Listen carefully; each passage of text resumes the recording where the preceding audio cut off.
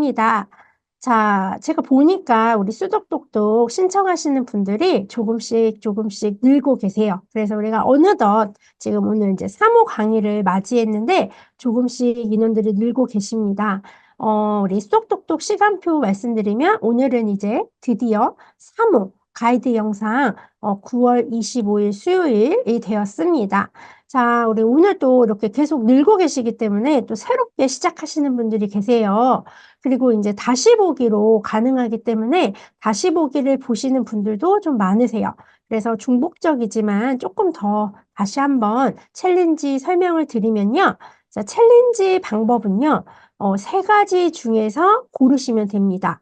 자, 첫 번째가 이 가이드 강의, 지금 듣고 계신 가이드 강의 수강 후기를 올리시는 방법. 두 번째는 주차별 교재 푸는 모습이나 소감들을 올리는 방법. 그리고 세 번째는 완북한 소감. 이거를 올리시는 방법이 있고요. 이 세 개 중에서 네 개를 올리시는 겁니다. 뭐 1번 1개, 2번 3개, 뭐 이렇게 하셔도 되고요. 2번 4개, 뭐 이렇게 하셔도 됩니다. 자, 그래서 개인 블로그나 필지엠 카페, 그리고 인스타그램 중에 한 개를 선택하셔가지고 올리시면 되겠습니다. 그리고 올리시기만 하면 안 되고 챌린지 인증하셔야 되는데요. 필지엠 저희 카페에 필지엠 챌린지 안에 챌린저 보고방이 있습니다. 여기에다가 링크를 남겨주시면 저희가 챌린지를 성공한 것으로 간주하고요. 그리고 회차마다, 그러니까 이번 3회 때 도전해 보세요. 이번 3회 때 이 세 가지 방법 중에 4개를 올리시고 링크까지 올려서 인증을 해주시면요. 저희 단행본 선물로 보내드립니다. 그리고 두 번째 혜택은 저희가 12월 4일 또는 11일에 이제 이렇게 챌린지 성공 브런치 파티, 브런치 타임을 할 거니까요. 여기 참여하실 수 있으니까 꼭 끝까지 해주시기 바랍니다. 자, 그리고 인스타그램에 올리실 때에는 해시태그 수독독독 챌린지나 수학독해 챌린지로 해시태그를 달아 올려주시면 제가 가서 답글도 달고 응원해 드리도록 하겠습니다. 자, 그러면 우리 시작하도록 할 텐데요. 자, 저는 이제 S, P, A, B 단계다 보니까 좀 1시간 안에 좀 많은 것들을 해야 돼서 좀 마음이 분주합니다. 네, 자, 그러면 같이 한번 해볼 텐데요. 자, 여기 수학 독해 S 단계는요, 이제 1호, 2호 했고, 오늘 3호입니다. 자, 그래서 3호의 더하기 빼기 내용은 1학년 1학기 3단원과 굉장히 관계가 많으면서 또 중요한 단원입니다. 우리 친구들 중에 뭐 이미 더하기 빼기를 할 수 있는데요, 라고 생각하지만 또 수학 독해를 해보신 분들은 아시겠지만 계산을 하는 것과는 별개로 다양한 표현들과 상황들을 배울 수 있어서 도움이 많이 되는데요. 자, 먼저 한번 보도록 하겠습니다. 뭐, 아이들은 더한다, 뺀다, 뭐, 이렇게 두 가지 상황으로 알고 있지만, 사실 이 더하는 데에도 빼는 데에도 상황에 대한 자세한 부분들이 있어요. 1주차는 이제 1주차, 2주차는 더하기고요. 그리고 3주차, 4주차는 빼기인데요. 이 더하기도 보태는 더하기와 모으는 더하기가 있습니다. 자, 그래서 이제 저희가 이거를 뭐 전문적인 용어로는 첨가와 합병이라고 하는데요.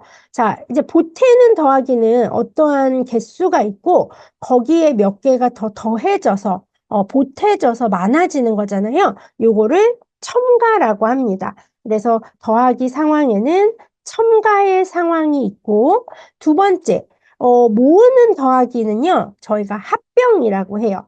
그래서 이거 같은 경우는 점점 더해져서 보태서 많아지는 게 아니라 뭐 예를 들어서 3개가 있고 빨간 사과가 3개가 있고 뭐 노란 바나나가 2개가 있으면 이것과 이것을 합병하는 거죠. 그래서 저희는 이거를 모으는 더하기를 합병한다라고 합니다. 그래서 더하는 상황에서는 이렇게가 있고요. 또 빼기도 두 가지 상황이 있어요. 덜어내는 빼기는요. 원래 있던 거에서 없어지는 거잖아요. 그래서 우리는 이거를 제거라고 해요. 빼기의 상황에는 덜어내는 제거의 상황이 있고요. 저희가 빼기를 차라고 하잖아요. 차. 그래서 이 차이 나는 빼기를요, 비교라고 합니다. 그래서, 빼기 상황에는 제거와 비교가 있다. 그래서 이제 뭐 아이들이 이런 용어를 알 필요는 없는데, 이러한 상황들이 있다는 걸 알고 가르치시면 더 도움이 되겠죠. 첨가와 합병, 그리고 제거와 비교의 다양한 상황을 아이들이 접하면서, 연산 그 드릴 문제에서는 쭉 나열된 저희가 숫자를 보면서 하는데, 이러한 기계적인 연산이 아니라, 우리한테 글을 읽으면서 하잖아요. 수학 독해에서는. 이러한 연산에 대한 상황이 우리가 살고 있는 생활 속에서 찾을 수 있으며, 이런 것들을 우리가 접할 때 우리 친구들이 수학을 바라보는 관점과 수학적인 세계관이 결정된다라고 볼 수가 있어요. 그래서 식이나 부호나 이런 걸로 된 기계적인 것만 배우면 이 수학이 내 삶과 무슨 상관이 있나. 우리 친구들이 이제 학년이 높아질수록 수학을 왜 배우는지 모르겠다 이런 이야기를 하지만 사실은 이런 수학은 내 삶과 굉장히 밀접한 관련이 있다라는 거 이렇게 기계적으로 배우면은 수학은 이렇게 동떨어져 있는 비현실적이고 추상적인 것이라고 생각할 수 있는데 저희가 이런 상황들을 많이 많이 읽어보고 이런 상황 속에 들어가면서 수학이 내 삶과 관련이 있다라고 생각을 할 수가 있게 됩니다. 그러면서 삶을 살아내는 방식들도 달라지겠죠. 우리 친구들이 뭐 놀이공원에 가거나 문구점이죠. 요즘은 문구점에 가거나 했을 때 수학적인 배움들을 꺼내어 볼 수 있는 기회가 될 거라고 생각을 합니다. 자, 그래서 지금 보면은요, 저희가 이제 첫 번째에서는요, 보태는 더하기입니다. 자, 요거 아까 첨가 상황이라고 했죠. 자, 그래서 이미 있던 것에 대해 더 보태지는 거예요. 사과가 4개 있었는데, 3개가 더 보태지는 거죠. 그래서 이미 있던 사과, 그리고 더 보태는 사과는 몇 개다라고 알 수 있습니다. 자, 이러한 상황들에서 또 이미 있던 것을 이렇게 하얀색 동그라미, 그냥 동그라미로 그리고 더 보탠 것을 검정색으로 표시하면서 우리가 몇 개가 되어 있는지 보태지는 상황들을 경험을 할 수가 있고요. 그리고 몇 개 더라는 이야기도 할 수 있겠죠. 나무가 5그루 있었는데 2그루 더 심습니다. 당근을 더 캡니다. 그리고 뭐 집을 더 짓습니다. 라든지 저희가 평상시에는 그냥 뭐 늘어났다, 더 많아졌다 라고만 썼던 것들을 조금 더 자세하게 다양한 문장을 통해서 우리가 많아지는 상황에 대해서 알 수가 있습니다. 자, 그리고 몇 개 있었는데 몇 더해서 이렇게 이미 있던 것과 더 놓은 것들을 이렇게 비교를 하면 이렇게 그림을 그리면서 얼마나 많아지는지를 계산을 하는 건데요. 지금 여기에 보면은 식이 나와요. 그래서 우리가 이렇게 식을 통해서 이러한 상황들을 식을 통해서 이렇게 만들 때 우리가 수학과 이 생활들이 이렇게 연결된다라는 것을 알 수가 있습니다. 그래서 마지막에 모두라는 표현이 굉장히 중요하죠. 덧셈에서는 모두 몇입니다 라고 돼 있어요. 자, 강아지가 2마리 있었는데 2마리 더 왔습니다 해서 이렇게 계산을 할 수가 있는데요. 이렇게 지금 요 단계에서 친구들이 계산을 하기 시작하잖아요. 그래서 몇 가지 말씀을 드려보면 저 죄송합니다. 감기에 걸려가지고 좀 목소리가 오늘 칼칼한데 덧셈을 할 때 손가락을 써야 할지 안 써야 할지 뭐 고민이 돼요. 이런 말씀 하시는 분들도 많이 계십니다. 뭐 그전에는 절대 손가락을 못 쓰게 한다. 이런 것들도 있어서 제가 친구들한테 이렇게 수업을 하다 보면은 손가락을 숨기고 책상 아래 숨겨서 계산하는 친구들이 좀 많이 있었어요.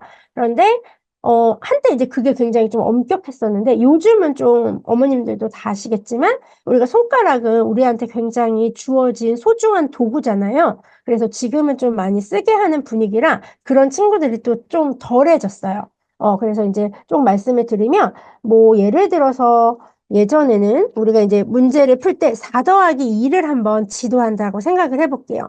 자, 처음에는요, 4가 있고 2가 있습니다. 그래서 친구들이 덧셈을 할 때 1, 2, 3, 4, 5, 6. 아, 4하고 2하고 더하면 6개구나. 이렇게 알 수가 있어요. 자, 그런데 이제 조금 시간이 지나면 4에서 2개가 많아지는 거니까 이렇게 하나, 2개가 많아져요. 그러면 이번에는 세는 게 아니라 눈으로 보면 바로 6개라는 걸 알 수가 있죠. 이렇게 손가락을 통해서 점점 친구들이 계산을 하는 것들을 연습을 하면 돼요. 처음에는. 자, 그런데 선생님, 그러면 언제까지 손가락을 쓰나요? 이렇게 생각하시는 분들도 계시는데요. 사실은 언제까지 쓰게 하시면 됩니다. 왜냐면 저희도 뭐 악보를 보고 노래를 하다가 가사를 보고 노래를 하다가 외워지면 안 보고 노래하는 게 더 편하잖아요. 이 친구들도 마찬가지예요. 손가락을 사용을 합니다, 처음에. 그런데 어느 정도 시간이 지나면 어느 순간 손가락을 안 써요.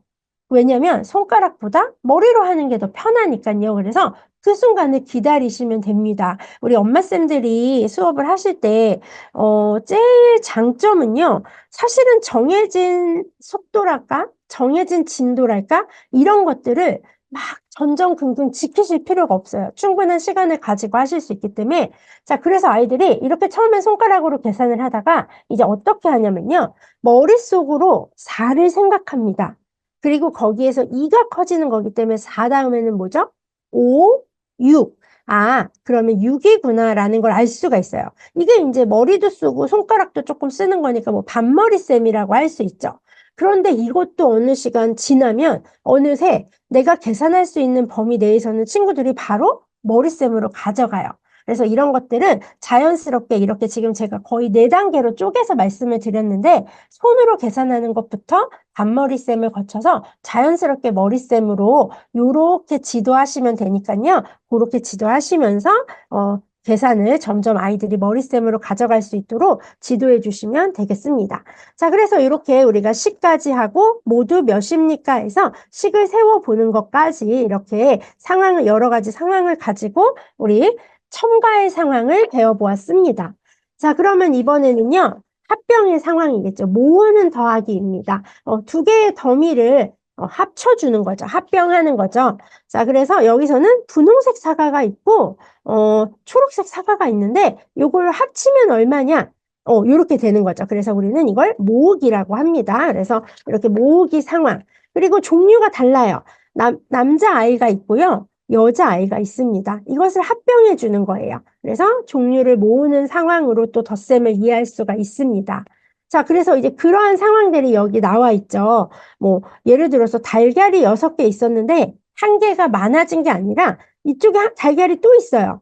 그래서 이 달걀 2개를 합쳐지는 상황을 이야기하고 있습니다. 자, 그래서 이렇게 무엇이든 모두라는 상황을 가지고 이렇게 합병을 해봤는데요. 이 문제도 너무너무 재미있어요. 자, 예를 들어서 2발 자전거는 2대, 3발 자전거는 1대입니다. 요거 합쳐서 다들 자전거죠. 그래서 우리는 자전거는 모두 3대라고 지칭할 수 있어요. 강아지 5마리, 햄스터 2마리. 자, 이게 합쳐서 강아지 7마리는 아니죠. 이걸 합쳐서 우리는 동물이라고 표현을 해요. 티셔츠, 바지, 합쳐서 우리 뭐라고 표현할까요? 옷이라고 하죠. 그쵸? 그래서 우리 이런 상황들을 우리 모두라고 할 때 공통으로 불릴 수 있는 이름들을 찾아보는 것까지 이렇게 나와 있고요. 그래서 모두 몇 개입니다도 이렇게 종류가 다른 것들을 합병하는 것들로 같이 나와 있습니다. 그리고 마지막에는 모두가 몇입니다 해서 식을 쓰는 것까지 연결이 됩니다. 자, 그래서 우리 이렇게 덧셈의 상황들을 재미있게 알아보았고요.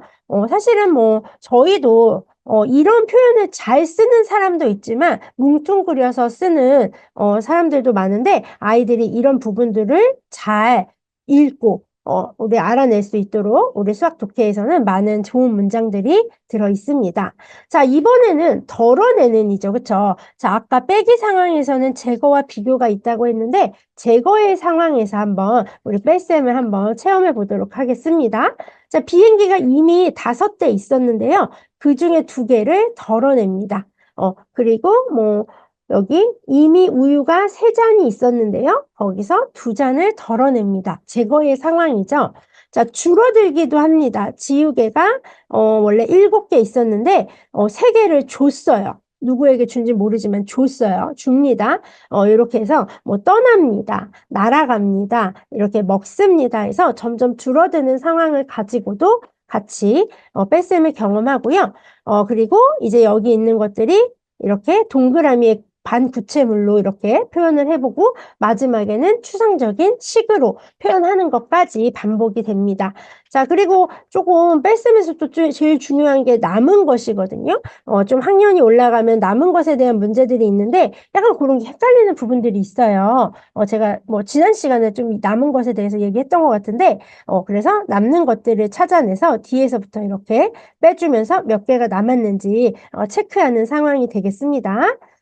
예를 들어서 그리고 또 하나 이제 여기서는 이렇게 그림이 있는데 여기에서는 이제 식이 있고 이렇게 그림을 그려서 해결하라고 나와 있어요. 그러면 정말 이거 그림을 그려서 해결해야 되나요? 라고 이렇게 물어보시기도 하는데요. 네, 필요하면은 1, 2, 3, 4, 4개가 있었어. 그 중에 2개가 날아갔어.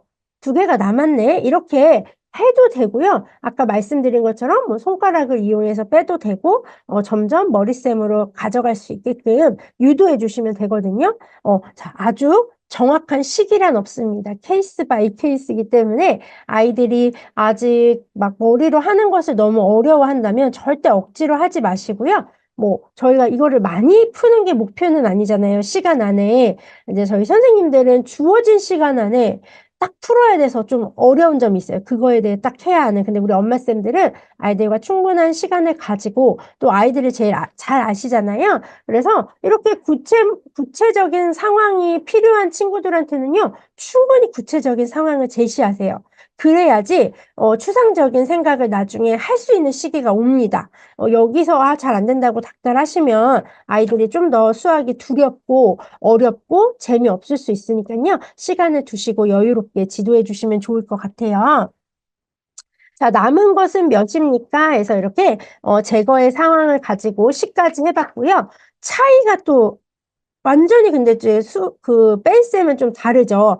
아까는 이제 줄어드는 거였는데 여기서는요, 1대1 대응을 합니다. 이렇게 대응을 해서 남은 것들이 있죠. 그러면 이게 지금 해바라기가 더 많다. 그런데 몇 개 많냐? 1대1로 이렇게 줄을 해보니까 하나씩 이어보니까 2개가 더 많다라는 거 알 수가 있거든요. 그래서 이 비교의 상황을 좀 뺄셈으로 생각하지 않는 친구들도 있는데 이 비교의 상황들을 충분히 이렇게 동그라미로도 해보고 이렇게 식으로도 해보고 할 수 있는 상황들 그리고 이렇게 직접 이렇게 매치하면서 연결하면서 남은 것들의 차이가 된다라는 거를 알 수 있는 문제들이 많이 있습니다. 그래서 이런 문제들을 많이 해보시는 게 좋고요. 여기도 마찬가지예요. 뺄셈에서 또 하나의 특징은 뭐 예를 들어 바지는 한 벌, 치마는 6벌이면 저희가 1에서 6을 빼지는 않잖아요. 그래서 많은 것에서 적은 것을 빼야 된다. 그렇게 식을 세워야 된다라는 것도 잘 알려주시면 좋겠습니다. 자, 그래서 이렇게 S단계는 저희가 아주 중요한 단원이었죠. 물론 뭐 이렇게 1호, 2호, 3호, 3호 다 너무 중요하지만 이 3호는 굉장히 또 중요한 이제 시작이 되는 부분들이 있기 때문에 꼭 잘 챙겨주시기 바랍니다. 자, 그래서 S단계는 이렇게 되고요.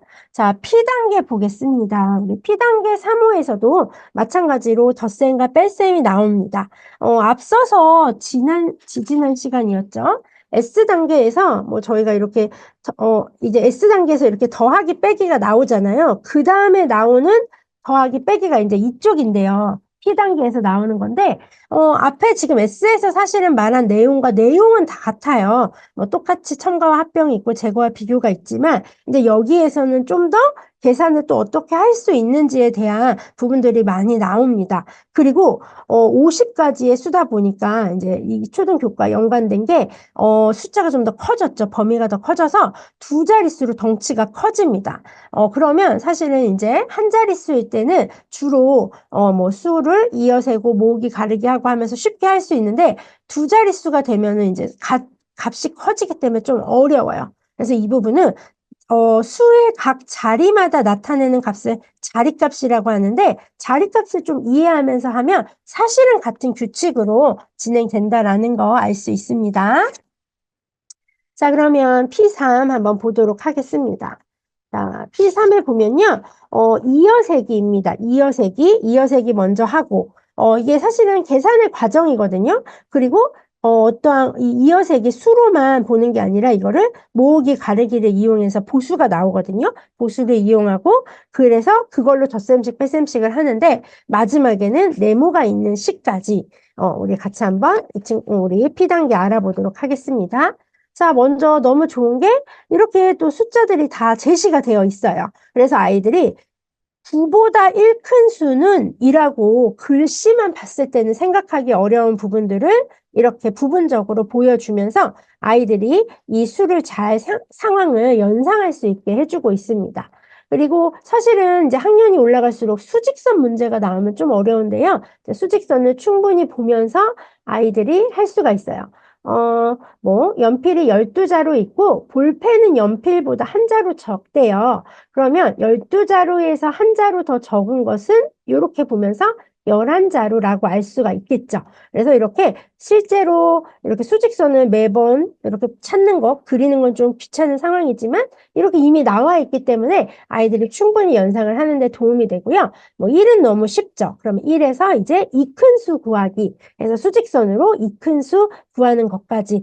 저희가 뭐 하나나 두 개 커지는 수는 이렇게 이어서 생각하는 게 쉽죠. 그리고 이 작은 수 구하는 것까지 우리가 이렇게 알 수가 있고요. 자, 그래서 몇 큰 수를 찾아보는 거예요. 이제 3큰 수도 찾아보고 4큰 수도 찾아보고 5큰 수도 찾아봅니다. 그래서 뭐 7에서 4가 많아진다. 그럴 때마다 7에서 4개를 그릴 수도 있지만 이제는 이어 세기를 통해서 7에서 8, 9, 10, 11 이렇게 알 수가 있는 부분들을 이어 세기를 통해서 할 수 있다. 그럼 이제 여기에는 나와 있는데 여기는 안 나와 있는데 어떡하냐? 그려도 됩니다. 아니면은 여기 있는 거를 보고 다른 수직선으로 뭐 계산을 해도 되고요. 아니면은 지금 한 것처럼 기억이는 6살이고 고은이는 5살 더 많대요. 6에서 그러면 5큰 수 찾는 거잖아요. 6, 7, 8, 9, 10, 11 이렇게 알 수 있겠죠. 자, 그런데 이게 또 익숙해지면 어떻게 되겠어요? 그대로 11 이렇게 나오겠죠. 그러면서 아이들이 점점 수 개념이 좋아지고 연산을 잘 하게 되는 거니까요. 이 흐름만 기억하시면서 아이들의 여유롭게 지도해 주시면 좋겠습니다. 자, 그리고 몇 작은 수, 거꾸로 세는 건 솔직히 더 어렵죠. 그래서 아이들한테도 조금 더 편안하게 아이들이 할 수 있도록 더 연습을 많이 하면 됩니다. 우리 친구, 이제 저희가 이렇게 가르칠 때, 얘는 뺄셈을 잘하는데, 아니, 덧셈을 잘하는데 뺄셈만 못해요. 이렇게 말씀하시는 분들 계세요. 구구단을 다 외웠는데, 7단만 못해요. 이렇게 말씀하시는데요. 사실은 덧셈보다 뺄셈이 어렵습니다. 그래서 이거는 못한다의 개념이 아니라 더 많이 연습해야 한다. 구구단도 마찬가지거든요. 7단이나 8단은 더 많이 연습해야 한다. 라고 아이들한테 마음을 가지시고 그렇게 말로 지도를 해주시면 아이들도 나는 왜 이렇게 뺄셈을 못할까가 아니라 내가 좀 더 뺄셈이나 거꾸로 세는 거를 더 연습하면 연습해야 되는구나. 원래 모두가 좀 더 어려워하는구나. 라고 하면 더 편안하게 수학을 할 수가 있거든요. 자, 그래서 뭐 14보다 3 작은 수, 수직선 그리면서 해볼 수도 있고요. 아까 말씀드린 것처럼 뭐 15개 있었는데 3개를 잃어버렸다. 그러면 15에서 14, 13, 12. 그러면 12개는 이렇게 거꾸로 세워서 이어세기를 거꾸로 세워서 할 수 있다라는 거를 좀 더 생각하시고 거꾸로 세는 거는 좀 더 많이 연습하신다 생각하시면 되겠습니다. 자, 그리고 이어세기 다음에는 이제 모으기와 가르기로 진행이 되는데요. 아주 중요한 부분이죠. 일단은 10과 몇, 두 자릿수이기 때문에 10과 몇, 뭐 10과 5는 15 이렇게 볼 수가 있겠죠. 뭐 10과 7은 17 이렇게 해서 우리 10과 어떤 수로 모으기를 해보고요. 그리고 10 모으기, 10 가르기는 정말 중요해요. 그렇죠? 저희가 나중에 뒤에서 연산을 할 때에도 10의 보수가 정말 중요하기 때문에 10 모으기와 10 가르기를 충분히 하는 것이 아주 중요합니다. 자, 그리고 10보다 큰 모으기와 10보다 큰 가르기도 같이 한번 해보고요. 그리고 모으기 문장제가 나옵니다. 그래서 이렇게 동그라미로 연습을 한 다음에 저희가 매번 셔츠를 그릴 수는 없고 매번 사탕을 그릴 수는 없기 때문에 이렇게 동그라미와 같이 간단한 것들로 할 수도 있습니다.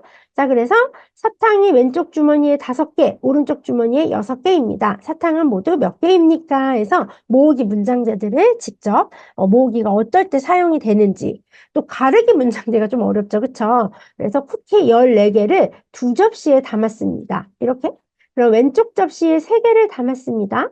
오른쪽 접시에 담은 쿠키는 몇 개입니까?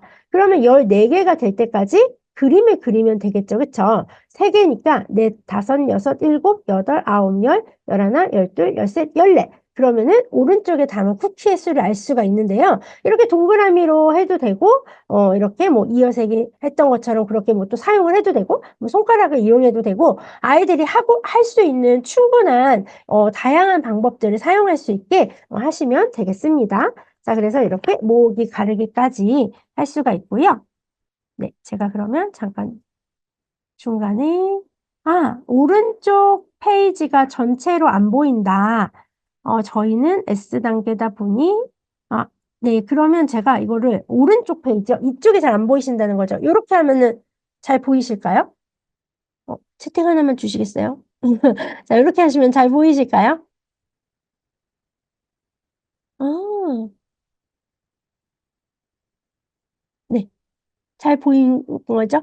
네. 이제 이쪽으로 하면 오른쪽 페이지가 잘 보이시는 거죠? 이게 잘린 거는 아닌데, 제 카메라 상으로는 그런데, 이게 왜 그러냐면, 약간, 오른쪽 페이지. 이게 보시는 거에 따라서 보여지는 게 좀 달라요. 저는 굉장히 길게 보여지는 거라 이쪽에 보인다고 생각했는데, 그거를 이제 창을 어떻게 하느냐에 따라 이게 좀 좁아졌다가 이렇게 많이 보였다가 그렇게 되는 부분이거든요. 네. 그렇습니다. 자, 그러면 이제 이렇게 모으기와 가르기를 다 했으니까요. 우리 덧셈식과 뺄셈식 한번 해보도록 하겠습니다. 자, 이제는 이제 우리가 이렇게 여러 가지 상황들을 같이 한번 봤는데 이것을 식으로 만드는 것은 참 추상적인 일이에요. 그런데 원래 수학의 본질은 난해하다라고 합니다. 그래서 현실 세계를 상징적 기호로 사용하여 추상적이고 함축적인 수학적 언어로 기술을 하는 것이 사실은 수학의 가장 큰 목표인데요. 그냥 바로 들어가는 것보다 지금 한 것처럼 여러 가지 상황을 보고 이렇게 추상적인 상황으로 식을 만들자면 아이들한테 아주 중요한 경험이 될 거고요. 특히 이제 이 뒤에 나오는 4차 시에 있는 네모가 있는 식은 진짜 더 어려워요. 그런데 이런 것들을 아이들이 본격적으로 시작하는 시기라고 생각하고 친절하게 지도해 주시면 됩니다. 제가 이제 선생님들께는 뭐 친절하게 지도해 주세요 이런 말씀 잘 안 드리지만 어머님들은 너무 또 우리 친구들을 사랑하잖아요. 그렇죠? 저도 아이가 있고 아이를 가르칠 때 남의 아이를 가르치는 것보다 내 아이를 가르칠 때 더 열정이 넘쳐지거든요. 그러다 보니까 이제 열정이 화로 많이 올라오는데 좀 더 냉정하셔야 돼요. 우리 선생님들께는 좀 더 열정적으로 내 아이처럼 생각하고 가르치라고 말씀을 드리지만 우리 엄마쌤들은 조금 더 냉정을 찾으시면 됩니다. 그래서 그러면은 조금 더 아이들이 재미있게 할 수가 있어요.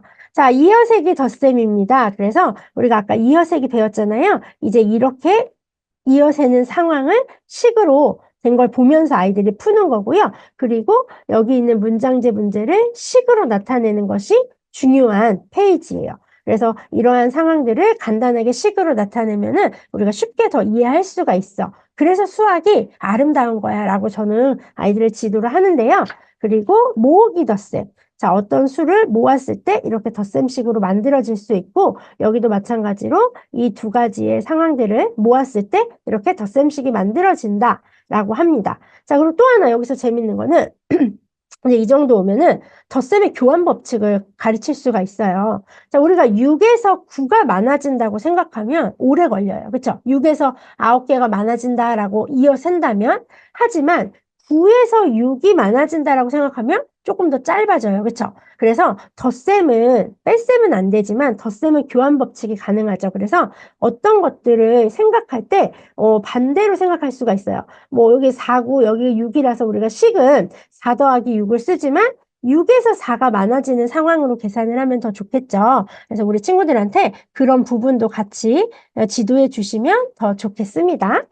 자, 그리고 거꾸로 이어세기입니다. 자, 이거는 바꿔서 하면 큰일 나죠. 그쵸? 큰 수에서 작은 수가 이제 빼줘야 된다라는 거 이야기해 주시면서 아이들이 이런 것들을 식으로 써보는 과정들 그리고 계산해보는 과정들 가져가면 되겠습니다. 자, 그래서 가르기를 통해서도 이런 뺄셈식이 나올 수 있다라는 거 지도해 주시면 되고요.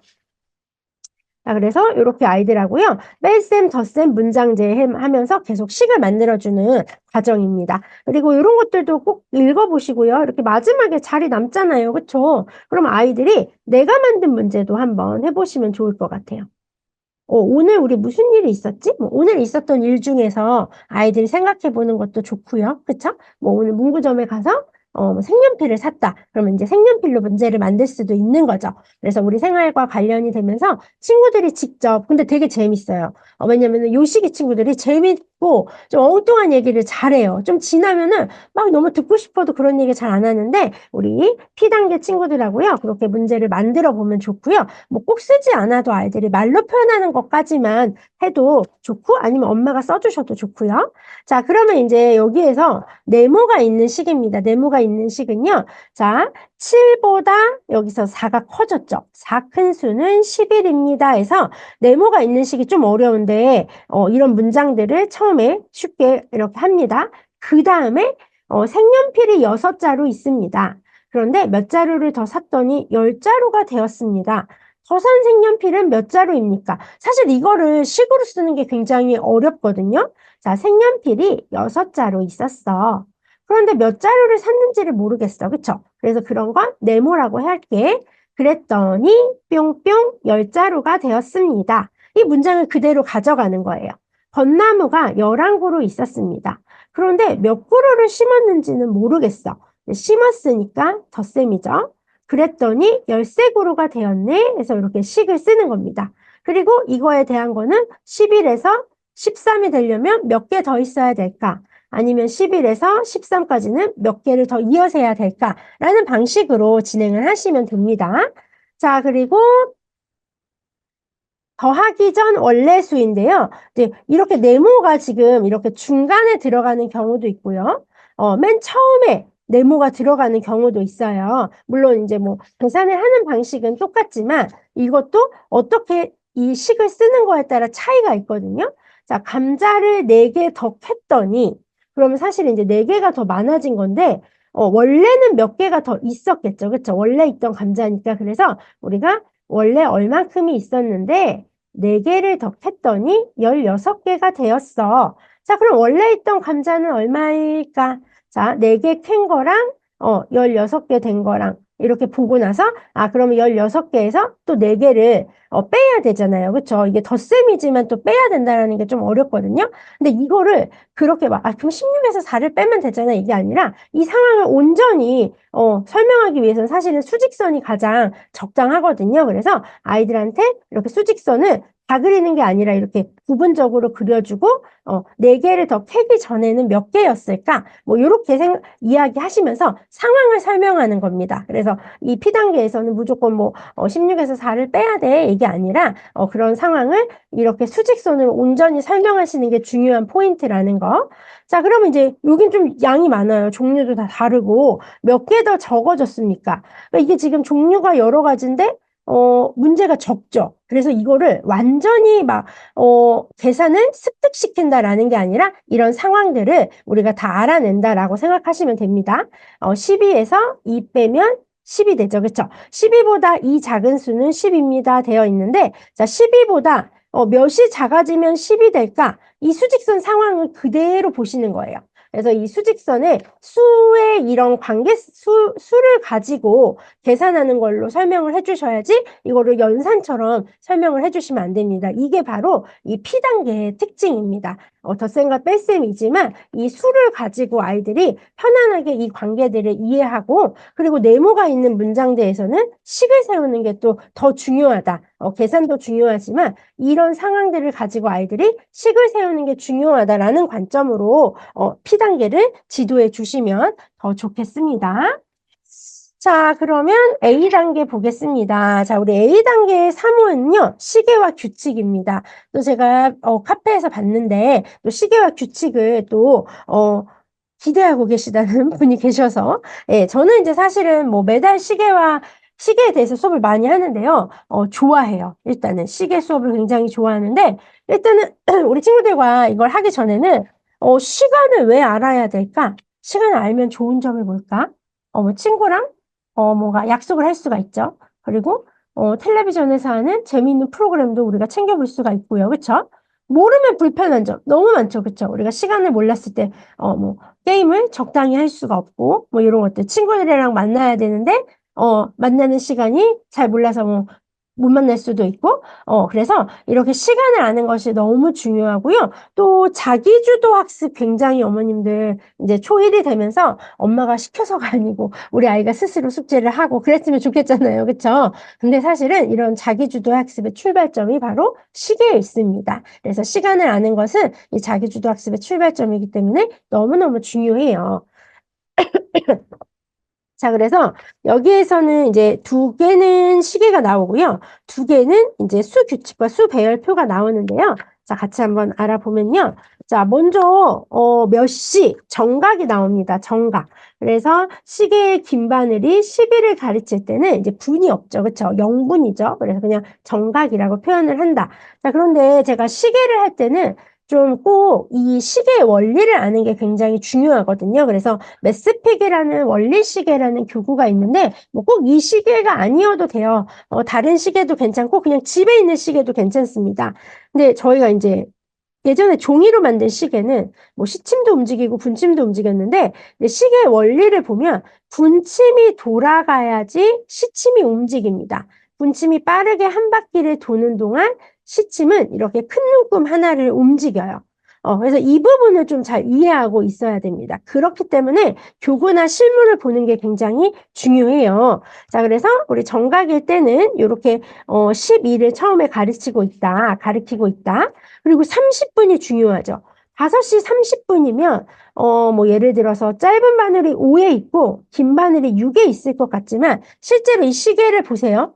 얘가 움직이는 동안 시침이 움직입니다. 그쵸? 가만히 있는 게 아니에요. 그러다 보니 이렇게 이 시계의 반 30분을 갔을 때 이 짧은 바늘은 5에 있는 게 아니라 5와 6 사이에 있어요. 그래서 이 사이에 있다라는 표현이 굉장히 중요하고 저희가 후에 뭐 5분, 10분, 15분 배울 거잖아요.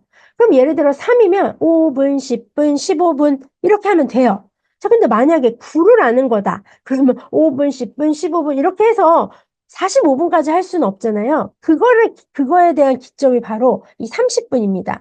30분을 알고 있으면 5분, 10분에서 시작하는 게 아니라 만약에 이게 9에 있다. 그러면 30분, 35분, 40분, 45분, 45분 이렇게 알 수 있는 거거든요. 그런 의미에서 우리가 6이 30분이고 반이라고 표현을 한다. 6시 반, 7시 반, 5시 반. 요게 굉장히 중요하다라는 걸 잘 알고 지도해 주시면 좋겠습니다. 그래서 30분일 때는 항상 이렇게 바늘이 7과 뭐 8 사이에 있다. 그러면 7시일까 8시일까?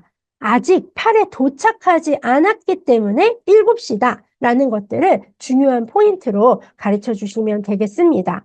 자, 그래서 시각 나타내기인데요. 우리가 주로 이런 말 많이 하죠. 아이들한테 지금 몇 시, 지금 시간이 몇 시야?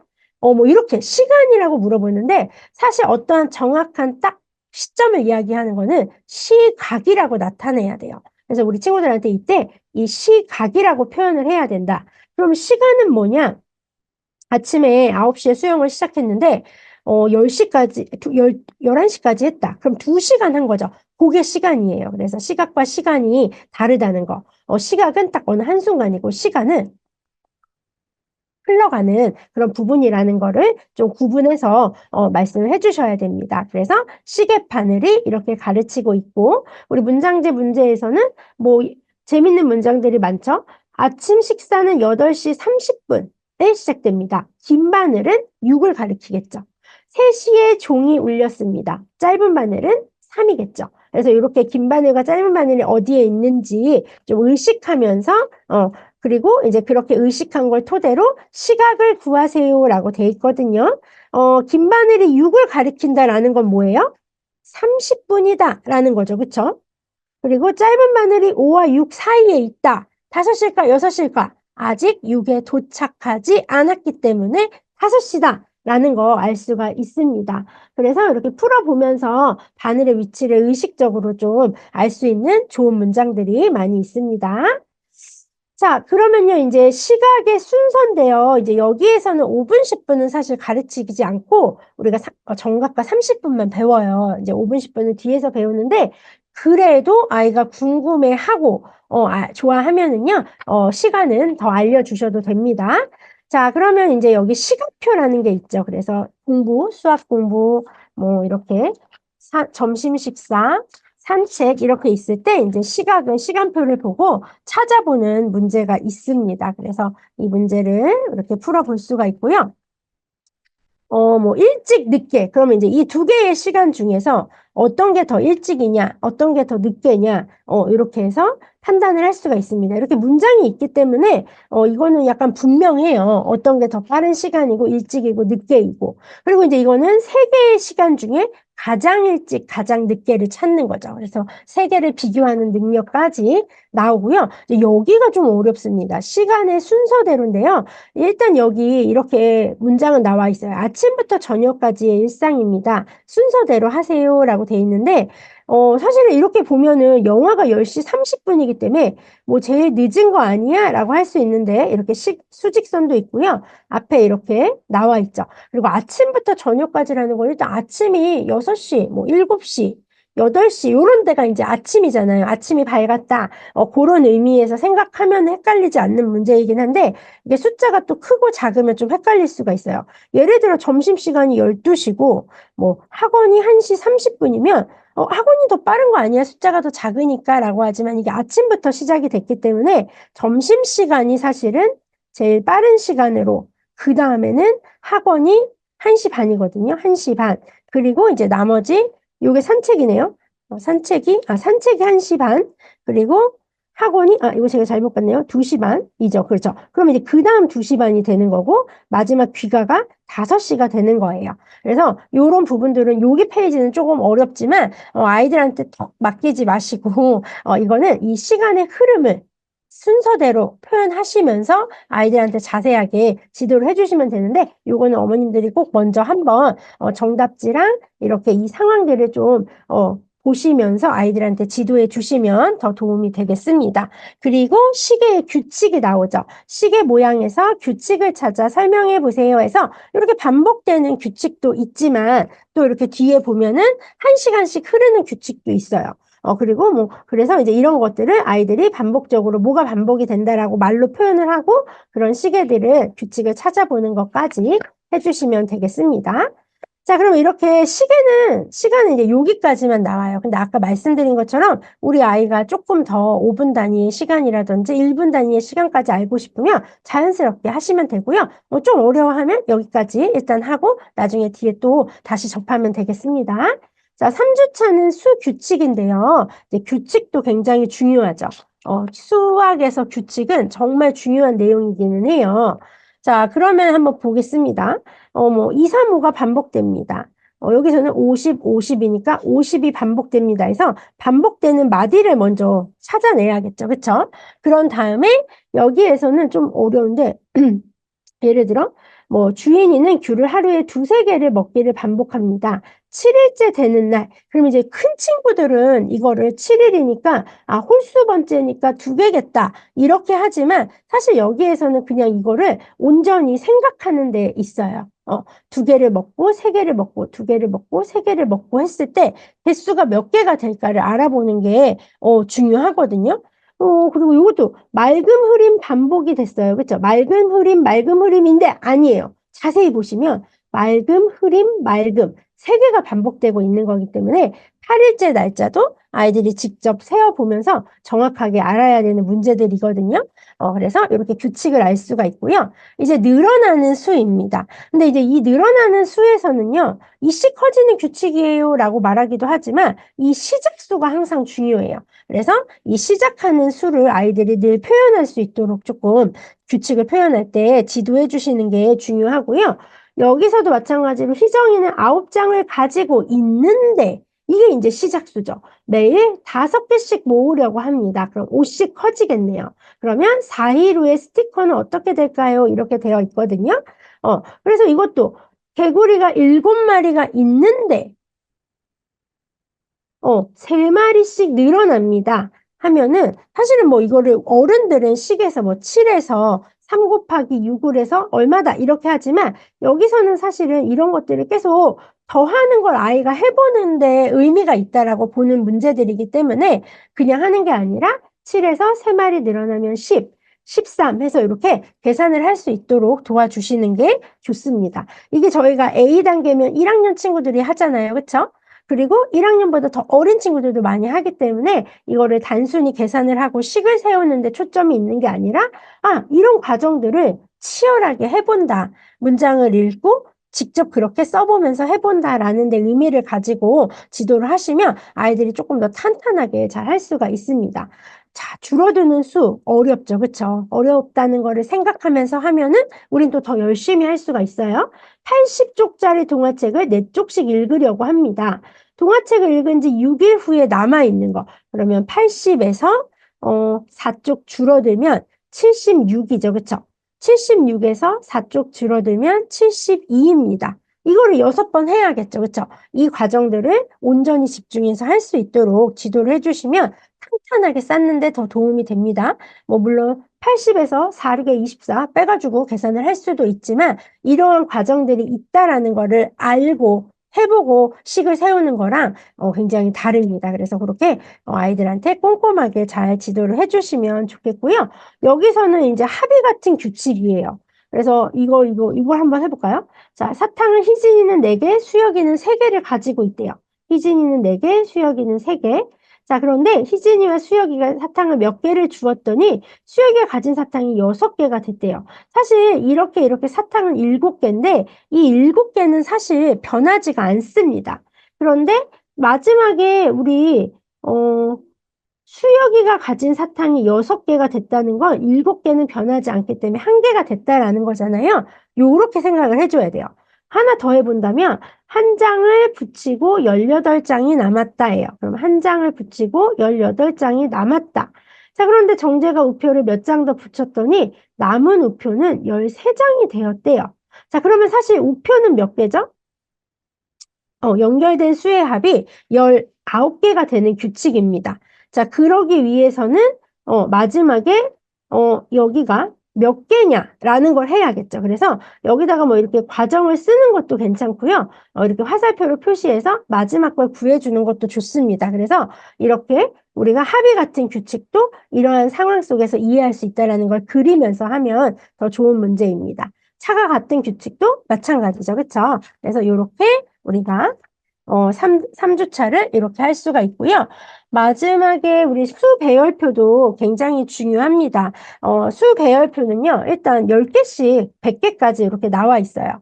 이 배열 안에는 옆으로 가면 1 커지고, 아래로 가면 10 커지고, 뭐 대각선으로 가면 11 커지고, 뭐 이런 규칙들이 들어있는데, 이런 거를 좀 생각하면서 88에서 6칸 위로 간 수는 직접 찾아보면 되겠죠. 그렇죠? 그래서 아이들이 이런 수 배열표를 전체적으로 보고 이해하고 깨달아야 돼요. 그래서 이렇게 하고 그런 다음에 이제 조각이 나옵니다. 그래서 이 조각들을 채워보고 이 수 배열판에서 나타날 수 있는 다양한 이런 표현들도 아이들이 여기다가 한번 그림을 그리면서 지도 그리듯이 그리면서 재미있게 수에 대한 배열표를 이해할 수가 있습니다.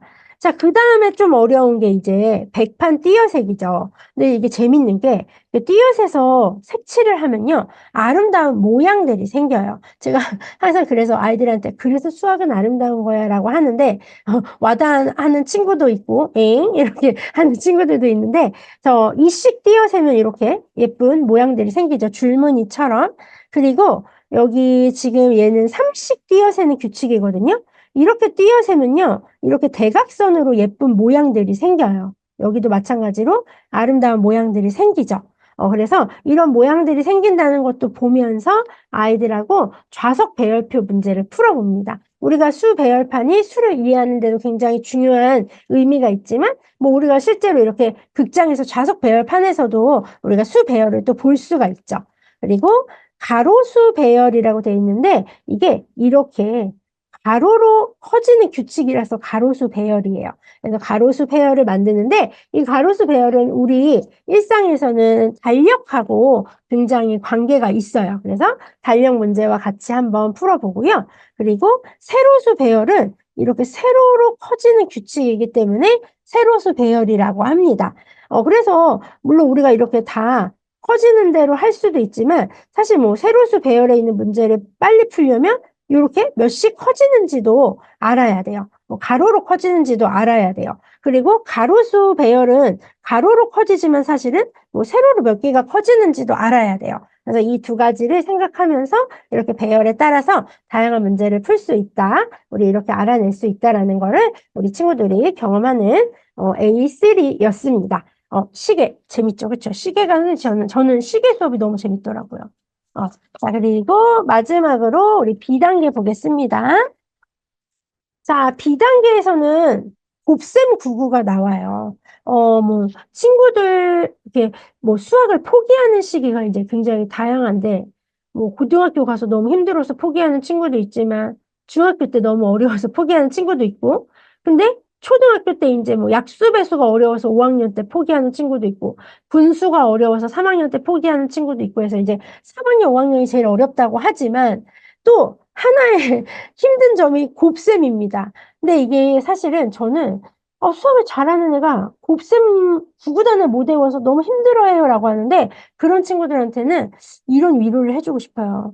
구구단은 사실은 노래를 잘하는 친구들이 잘 외우는 거예요. 이게 수학을 잘해서 구구단을 잘 외우는 게 아니고 노래를 잘하는 친구들이 잘 외워요. 그래서 이게 노래를 하면 됩니다, 사실은. 그래서 이제 곱셈을 구구단을 못 외운다고 너무 실망할 필요는 없다. 그래서 이제 아이들하고 좀 천천히 노래 부르는 식으로 너무 어려워하면 그러면 좀 더 쉽게 외울 수 있다라는 거. 자, 그러면 이제 우리 그 곱셈에서도요, 간단하긴 합니다. 곱셈은 오히려 좀 심플해요. 몇 배, 곱셈 구구, 그리고 어떤 수 곱셈식, 그리고 곱셈 구구의 활용까지 있는데, 이거는 사실은 뭐 다 외우고 풀어도 좋은 거고, 풀면서 외울 수도 있습니다. 근데 이게 이제, 다른 연산 책처럼 계속 구구단만 쓰는 게 아니기 때문에, 다양한 표현을 배우는 거기 때문에, 또 그냥 입으로 흥얼흥얼 외우는 과정도 필요하다. 자, 먼저 묶어색인데요. 이제 가장 중요한 건 곱셈의 원리를 봤을 때 묶음이에요. 그래서 2개씩 묶어보고 3개씩 묶어보고 이게 도대체 몇 묶음인지 이렇게 묶어서 세었을 때 몇 개인지 알 수가 있죠. 그리고 우리가 이제 실제로 2, 3, 5 정도는요. 어떤 물건을 셀 때 직접 이렇게 하나, 둘, 셋, 넷 세는 게 아니라 둘, 넷, 여섯, 여덟, 열, 3, 6, 9, 12 뭐 이렇게 어른들도 세잖아요. 5, 10, 15, 20 이렇게 묶어 세는데 정말 도움이 많이 돼요. 3, 2, 3, 5는요. 그리고 곱셈은 여러 번 더하는 거죠. 그쵸? 여러 번 더하는 거를 이렇게 곱셈으로 표현할 때 더 쉽게 되는 거기 때문에 여러 번 더하는 상황. 그리고 몇에 몇 배. 이거는 조금 어려운 표현이지만 또 아이들이 알아야 될 표현이죠. 몇에 몇 배. 이렇게 알 수 있다는 거. 그리고 그거를 마지막으로 이렇게 곱셈식으로 더 쉽게 나타낼 수 있다는 거. 그래서 곱셈을 외울 때는 힘들지만 실제로 외우고 나서는 엄청 도움이 많이 돼서 저는 이걸 초능력이라고 하거든요. 곱셈 9구단을 잘 외우면 그리고 뭐 10구단까지 외우는 것도 굉장히 좋습니다. 근데 외우는 정성에 비해서 사실은 쓸모 있게 많이 쓰지는 않아요. 우리가 이제 두 자리, 두 자리, 두 자리, 세 자리 그때 차라리 외우는 게 난데 우리가 곱셈 9구단이 정말 위대한 게 저는 이렇게 이야기해요. 친구들한테 9구단만 외워도 세상의 모든 곱셈을 다 할 수가 있어요. 그래서 일단은 9구단이 그 정도로 중요한 거니까 열심히 외워보자. 근데 어머님들이 이제 10구단에 좀 욕심을 내긴 하지만 이거는 빨리 외워서 안 써먹으면 다시 다 까먹어요. 그러니까 빨리 외우시지 마시고 오히려 두 자릿수나 세 자릿수 그런 거 할 때, 좀 더 복잡한 곱셈을 할 때, 그때 외우는 게 훨씬 더 잘 써먹고 오랫동안 기억할 수가 있거든요. 그래서 19단에 대한 말씀은 이런 게 있으니까요. 한번 잘 참고하시면 좋을 것 같아요. 그리고 몇 묶음 몇 배라고 해서 이렇게 식으로 나타냅니다. 이거는 이렇게 막 달달 외우는 문제집은 아니지만 이렇게 자연스럽게 계속 문제를 풀면서 아이들이 외우는데 더 도움이 될 수가 있습니다. 자, 그럼 이제 곱셈 구구표 정말 중요하죠. 곱셈 구구표도. 그래서 곱셈 구구표는 세로로도 구구단을 읽을 수 있고 가로로도 구구단을 읽을 수 있고 뭐 예를 들어서 2와 2 곱하기 7이다. 그럼 2와 7이 만나는 곳에 이렇게 볼 수가 있다라는 거 설명하면서 같이 한번 채워보면서요. 이렇게 곱셈식을 구구표를 하고요. 자, 구구단을 외울 때 뭐 여러 가지 이야기가 있지만 일단은 뭐 5단이 제일 쉽다 해서 5단 먼저 외워라 하시는 분들도 있고요. 2단과 5단을 먼저 배우고 3단과 4단을 배우고 그 다음에 9단이 쉽잖아요. 9단을 배우고 6, 7, 8을 배워라 뭐 이렇게 하시는 분들도 계세요. 근데 여기에서는 일단 2단, 4단, 8단이 같이 나옵니다. 아시겠지만 2단, 4단, 8단은 약간 다 서로 비슷한 수들이 겹쳐져 있죠. 그래서 그런 부분들에 대해서 조금 더 편안하게 아이들이 알 수 있도록 하기 위해서 이렇게 2단, 4단, 8단이 같이 나오는데요. 여기를 좀 살짝 좀 볼게요. 2단, 4단, 8단에 보면요. 음, 제가 뒤에서 설명을 해야겠네요. 자, 여기 보면은 이제 2단에서 보면은요. 잠시만요. 제가 이것만 좀 보고. 22쪽에 이제 4의 5배가 나와요. 4 곱하기 5는 22죠. 그쵸? 그러면 여기는 2가 5번인 것과 4가 5번인 거기 때문에 2배가 됩니다. 그쵸? 2단, 4단, 8단 왜 같이 배우는지 말씀을 드리는 건데요. 자, 2의 7묶음, 4의 7묶음. 그러면 27에 14, 그리고 여기가 28이죠. 여기도 이제 2배가 됩니다. 그래서 이렇게 계속 2배가 되고, 여기 8이 있죠. 그럼 8, 7에 56이죠. 그러면 이거는 얘와 얘의 또 2배가 됩니다. 그래서 이러한 성격 때문에 2, 4, 8단을 같이 놓았고, 여기 3, 6, 9단도 여기 2배, 여기가 2배, 그리고 이게 6배거든, 3배거든요. 그래서 이렇게 같이 놓고 같이 배워요. 그래서 이러한 상황들이, 비슷한 상황들이 있다라는 걸 알려주기 위해서 같이 페이지가 돼 있고요. 이제 5, 7단만 따로 있습니다. 자, 그래서 이렇게 아이들이 이렇게 구구단을 이렇게 재미있게 다양한 상황 속에서 배우도록 하고 있고, 자, 이제 어떤 수도 해야 돼요. 저희가 이제 구구단은 물론 순서대로만 외우는 것도 중요하지만, 뭐 누군가 갑자기 7로 하면 35 이렇게 할 수도 있어요. 할 수도 있어야 돼요. 근데 이번에는 3에 어떤 수를 곱했더니 27이다. 이것도 3, 7에 21인 거를 찾아내야지 찾을 수 있는 거잖아요. 그래서 이런 것들을 조금 더 훈련할 수 있도록 중간수가 없는 페이지입니다. 그래서 이렇게 중간수가 없는 거 어떤 수 곱하기 몇 해서 계속 연습을 하게 되어 있고요. 그리고 이것도 이제 식을 세워야겠죠. 네모가 있는 곱셈. 자, 영주는 하루에 달리기를 2번씩 합니다. 영주가 달리기를 12번 했다면 달리기를 며칠 동안 했을까요? 예요. 그러면 일단은 영주는 2번씩 달리기를 하는데 며칠 동안 했냐? 이걸 몰라요. 그래서 우리는 네모. 그랬을 때 12번 했다. 12. 요렇게 식을 세울 수가 있거든요. 요거는 그냥 본대로 식을 세울 수 있는 게 아니라 좀 생각을 해야 되는 문제들이죠. 요런 거를 지도하실 때는 아이들한테 편안하게 이야기하시면서 하시면 돼요. 무조건 뭐 풀어 이렇게 할 수 있는 페이지도 있지만 요런 페이지 같은 경우는 좀 특별히 신경 써서 좀 이야기를 해주시면서 여기도 마찬가지거든요. 뭐 일주일은 며칠입니까? 이거 일주일이 7일이라는 거 알아야 되잖아요. 이런 부분들은 좀 어머님들이 이야기를 해주시면서 진행을 하시는 게 좋습니다. 그래서 이렇게 잘못된 계산이랑 또 이게 이어지기 때문에 굉장히 중요한 단원인데요. 이렇게 자연스럽게 식을 세운다면 이제 잘못된 계산도 잘 할 수가 있겠죠. 요건 학년이 올라가도 주제만 바뀌고 나눗셈이냐 뭐 분수냐 주제만 바뀌고 계속 나오는 부분이라 항상 좀 편안하고 아이들이 좀 익숙하게 대할 수 있도록 저희가 이렇게 어린 연령에서도 계속 같이 세심하게 다뤄줘야 된다는 거. 자, 그리고 마지막으로 곱셈 구구의 활용입니다. 자, 그래서 우리가 이렇게 앞에까지 곱셈을 배웠다면 이제 마지막에는요. 곱과 합을 같이 써요. 예를 들어서 아까는 3의 4배 이걸 구해라 했으면 여기서는 거기다가 5큰수를 구해라.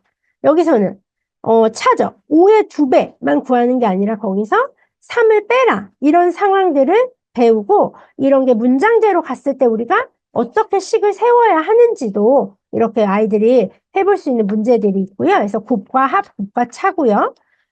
여기서는요, 이제 더 어려워지죠. 그렇죠? 여기서는 이제 두 수의 곱을 나머지 수의 차를 구해내야 하는 문제입니다. 뭐 예를 들어서 45에서 6의 7배를 빼면 얼마일까요? 어렵죠, 어렵죠. 그럼 일단 6의 7배를 먼저 구해야 돼요. 그래야지 45에서 빼주죠. 그래서 요거는 순서를 좀 바꿔서 생각해야 돼서 좀 어려운 문제라 곱과차 2 이렇게 해서 되어 있고요. 그리고 두 곱의 합이라는 형식도 있습니다. 8의 3배도 구하고 7의 8배도 구한 다음에 얘를 더해 주는 거죠. 그러면은 여기는 세 곱의 합도 나오죠. 세 개의 합, 뭐 1등, 2등, 3등 했을 때 수험 점수는 모두 몇 점이냐라고 하면 1등 점수, 2등 점수, 3등 점수 구하고 마지막에 더해주는 것까지 해서 우리가 단순히 구구단만 외우는 게 아니라 이렇게 곱과 합이랑 합쳐져서 이러한 상황들을 만들고 이러한 식들을 만들 수 있다는 것까지 하면서 마무리할 수가 있겠습니다. 지금 쉬는 시간이긴 한데, 그래도 제가 질문 지금 받아서, 6살인데 굳이 만약에 안 써도 이해하는 것 같으면 저는 안 써도 된다라고 생각하거든요. 이 도구라는 것 자체가 꼭, 필요할 때 조금 이것을 진입장벽을 낮춰주기 위해서 진행하는 것이지, 이거를 무조건 꼭 써야 된다라는 필요는 없기 때문에 아이가 스스로 다 이해할 수 있으면 굳이 안 쓰셔도 될 것 같아요. 그러니까 저는 그렇게 진행을 하고 있고. 네. 그래서 뭐 아이들이 풀이 과정 쓰는 것도 솔직히 되게 굉장히 귀찮아할 수 있잖아요. 그런 것도 저는 웬만하면 만약에 머리로 풀었을 때 다 맞는다면 솔직히 그 문제집이 굉장히 쉬운 거겠죠. 근데 그것보다 조금 어려운 문제집을 풀었을 때도 문제풀이를 안 하고도 다 맞을 수 있는지, 틀리게 된다면 거기에서는 이제 식을 쓰는 연습을 좀 필요로 한다라든지 이런 식으로 접근해 주시면 좋을 것 같고요.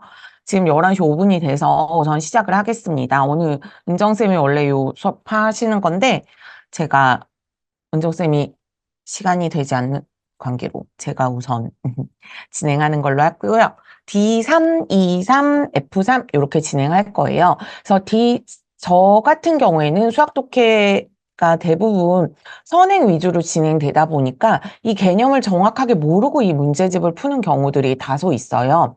그래서 문제집을 보셨을 때 이 개념을 아이가 알고 있는지, 그러니까 엄마가 전반적으로 더 잘 알고 있기 때문에 그 부분에 신경 쓰셔가지고 아이가 이 교재를 하면서 어떤 부분에 포인트를 잡아야 되는지를 좀 초점을 잡아서 진행을 해주시면 좋고요.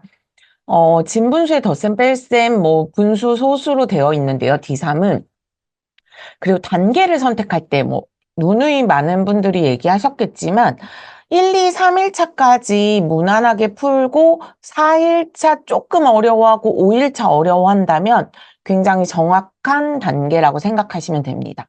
그냥 아이들을 봤을 때. 근데 1일차부터 아이들이 힘들어 한다면 잠시 이 문제집은 쉬고 다른 문제집 먼저 하셨다가 이 문제집 하셔도 돼요. 꼭 이게 4학년이고 내가 C단계까지 수학 독해를 끝냈으니까 무조건 D를 한다기보다는 갑자기 개념이 많이 나왔는데 교과 진도는 그에 따르지 않았을 경우에는 잠시 쉬었다가 아이가 이 분수와 소수에 대해서 조금 이해를 했을 경우에 또 시작을 하셔도 상관없어요. 근데 대부분의 아이들이 그냥 이렇게 봤을 때 그냥 문제를 보면 저희 뭐 5분의 4는 5분의 1이 4개이고 3개이고 뭐 더하면 7개이고 이런 거 기본적으로 아이들이 다 풀 수 있거든요. 그냥 쓸 수 있는 것들은. 근데 눈으로 봤을 때 분명히 다 풀 수 있는 것들이 1일차에 있는지 이거 되게 종이 아까운 거 아니야? 라고 생각하지 마시고 이런 즐거움이 있어야 아이들이 그 뒤에까지도 풀 수 있다라는 걸 생각해 주시면 좋겠고요. 제가 이런 부분 그냥 진분수의 뺄셈 봤을 때 그냥 큰 수에서 작은 수 빼는 거는 그렇게 어려워하지 않아요, 아이들이. 어머님들이 설명하시기도 그렇게 어렵지 않고. 그런데 제가 그냥 분수를 수업하면서 아이들에게 느꼈던 건 1이 어떤 수인지를 아는 게 되게 중요하더라고요. 1이 어떨 때는 2분의 2가 되기도 하고, 2분의 2가 되기도 하고, 3분의 3이 되기도 하고, 4분의 4가 되기도 하고, 6분의 6, 뭐 7분의 7 이런 식으로 모든 수가 이게 다 같은 수다라는 걸 이해하는 게 가장 힘들더라고요. 제가 아이들을 가르쳤을 때. 근데 이런 문제를 풀 때는 그냥 위에 밑에 7이 되어 있고 7 빼기 5 하면 되고 여기 3 되어 있고 6 되어 있고 8 되어 있으니까 이대로 무조건 8이고 무조건 11이고 뭐 6이고 이렇게 풀 수 있지만 이 문제만 풀고 다른 문제집 안 풀 거 아니기 때문에 다른 문제집을 풀 때 요 1이 어떤 수인지를 정확하게 아는 게 중요하기 때문에 그 부분을 조금 체크해 주시면서 문제를 풀어주시면 좋을 것 같고요. 1주차는 그래서 그렇게 막 되게 힘들게 풀 만한 것들은 솔직히 없어요. 근데 대분수의 덧셈. 이제 방법이 두 가지가 있는데 두 가지 다 너무 편하게 쓸 수 있죠. 2 더하기 3을 할 수 있고 4 더하기 3을 할 수 있고 그럼 5가 되고 5분의 7이 되겠죠. 이게 대분수로 바뀌어가는 과정, 요 과정을 알고 있는지, 그 다음에 그걸 더했을 때 얘가 6과 5분의 2가 되는지. 방법이 너무 귀찮은데 이거 꼭 해야 돼요 라고 이야기하지만 어떤 건 가분수로 고쳤을 때 조금 더 편한 부분이 있기 때문에 이런 걸로 활용해서 얘가 실질적으로 가분수를 잘 바꾸고 있는지 정도를 좀 확인해 주시는 작업이라고 생각하시면 될 것 같아요. 그래서 마찬가지로 이렇게 문제를 봤을 때 대부분 아이들이 어, 숫자가 이렇게 있어요. 수가 있어요. 그러면 더 사용한 거 몇일까 하면 두 개 그냥 더하는구나 라고 생각할 수 있거든요. 그래서 기본적으로 그냥 이렇게 더하는 것만 생각하지 않도록 문제를 읽어서 이해할 수 있도록 해결해 주시는 게 좋고, 아이들이 틀리는 유형이 아마 있을 거예요. 근데 제가 봤을 때 8번 유형 같은 경우에는 교과를 안 하고 이게 복습이 아니라 선행이면 약간 틀릴 수 있거든요. 9분의 10이 되었을 때 얘가 9와 9분의 1로 바꿀 수 있는지, 그리고 단위를 정확하게 적을 수 있는지, 식을 제대로 적은지, 그 다음에 대분수로 정확하게 바꿀 수 있는지, 이런 부분을 조금 신경 쓰셔가지고 문제를 풀어주시면 될 것 같아요. 그래서 뭐 제가 좀 빠르게 진행을 할 거고요. 지금 뭐 저학년 어머님들도 계실 거고 고학년 어머님들도 계시겠지만 저는 이제 조금 선행을 요 과목 같은 경우에는 제가 지금 4학년 학생들이 F단계 하는 아이들이 꽤 있거든요. 그래서 그런 식으로 한 1년 정도는 선행. 왜냐하면 그렇게 하는 아이들이 많기 때문에 약간 선행의 느낌으로 교과는 5학년 하더라도 수학 독해는 6학년 할 수 있고 교과는 3학년 하더라도 수학 독해는 4학년 할 수 있는 요 과정으로 제가 설명을 하기 때문에 혹시 우리 애는 그냥 제 진도로 진행하는데 어떻게 또 접근해야 될지 이런 부분은 궁금하신 거는 지금 채팅창에 남겨주셔도 되고 아니면 이거 도치만 카페 같은데 남겨주시면 제가 확인하는 대로 댓글은 남겨드리도록 하겠습니다. 그래서 대분수 뺄셈도 굉장히 기본적인 건 큰 수에서 작은 수를 그냥 뺄 수 있는 건 굉장히 기본적인 거예요. 그런 게 거의 다 1일차에 나오고 내가 좀 덧셈 뺄셈을 좀 했다라고 생각하는 아이들 입장에서는 이 단어를 굉장히 쉬워해요. 3에서 1 빼면 되는데 왜 2에서 1 빼면 되고 6에서 3 빼면 되고 어려운 게 별로 없죠. 그런데 제가 말씀드린 이 자연수에서 빼는 거 그러면 얘가 6이 되면서 받아내림을 했을 때 얘는 우리는 2분의 2로 해야 되는지 3분의 3으로 해야 되는지 4분의 4로 해야 되는지 5분의 5로 해야 되는지를 생각해 봐야 된다라는 거죠. 그래서 6과 5분의 5로 아이가 쓸 수 있는지를 가장 먼저 보시는 게 좋아요.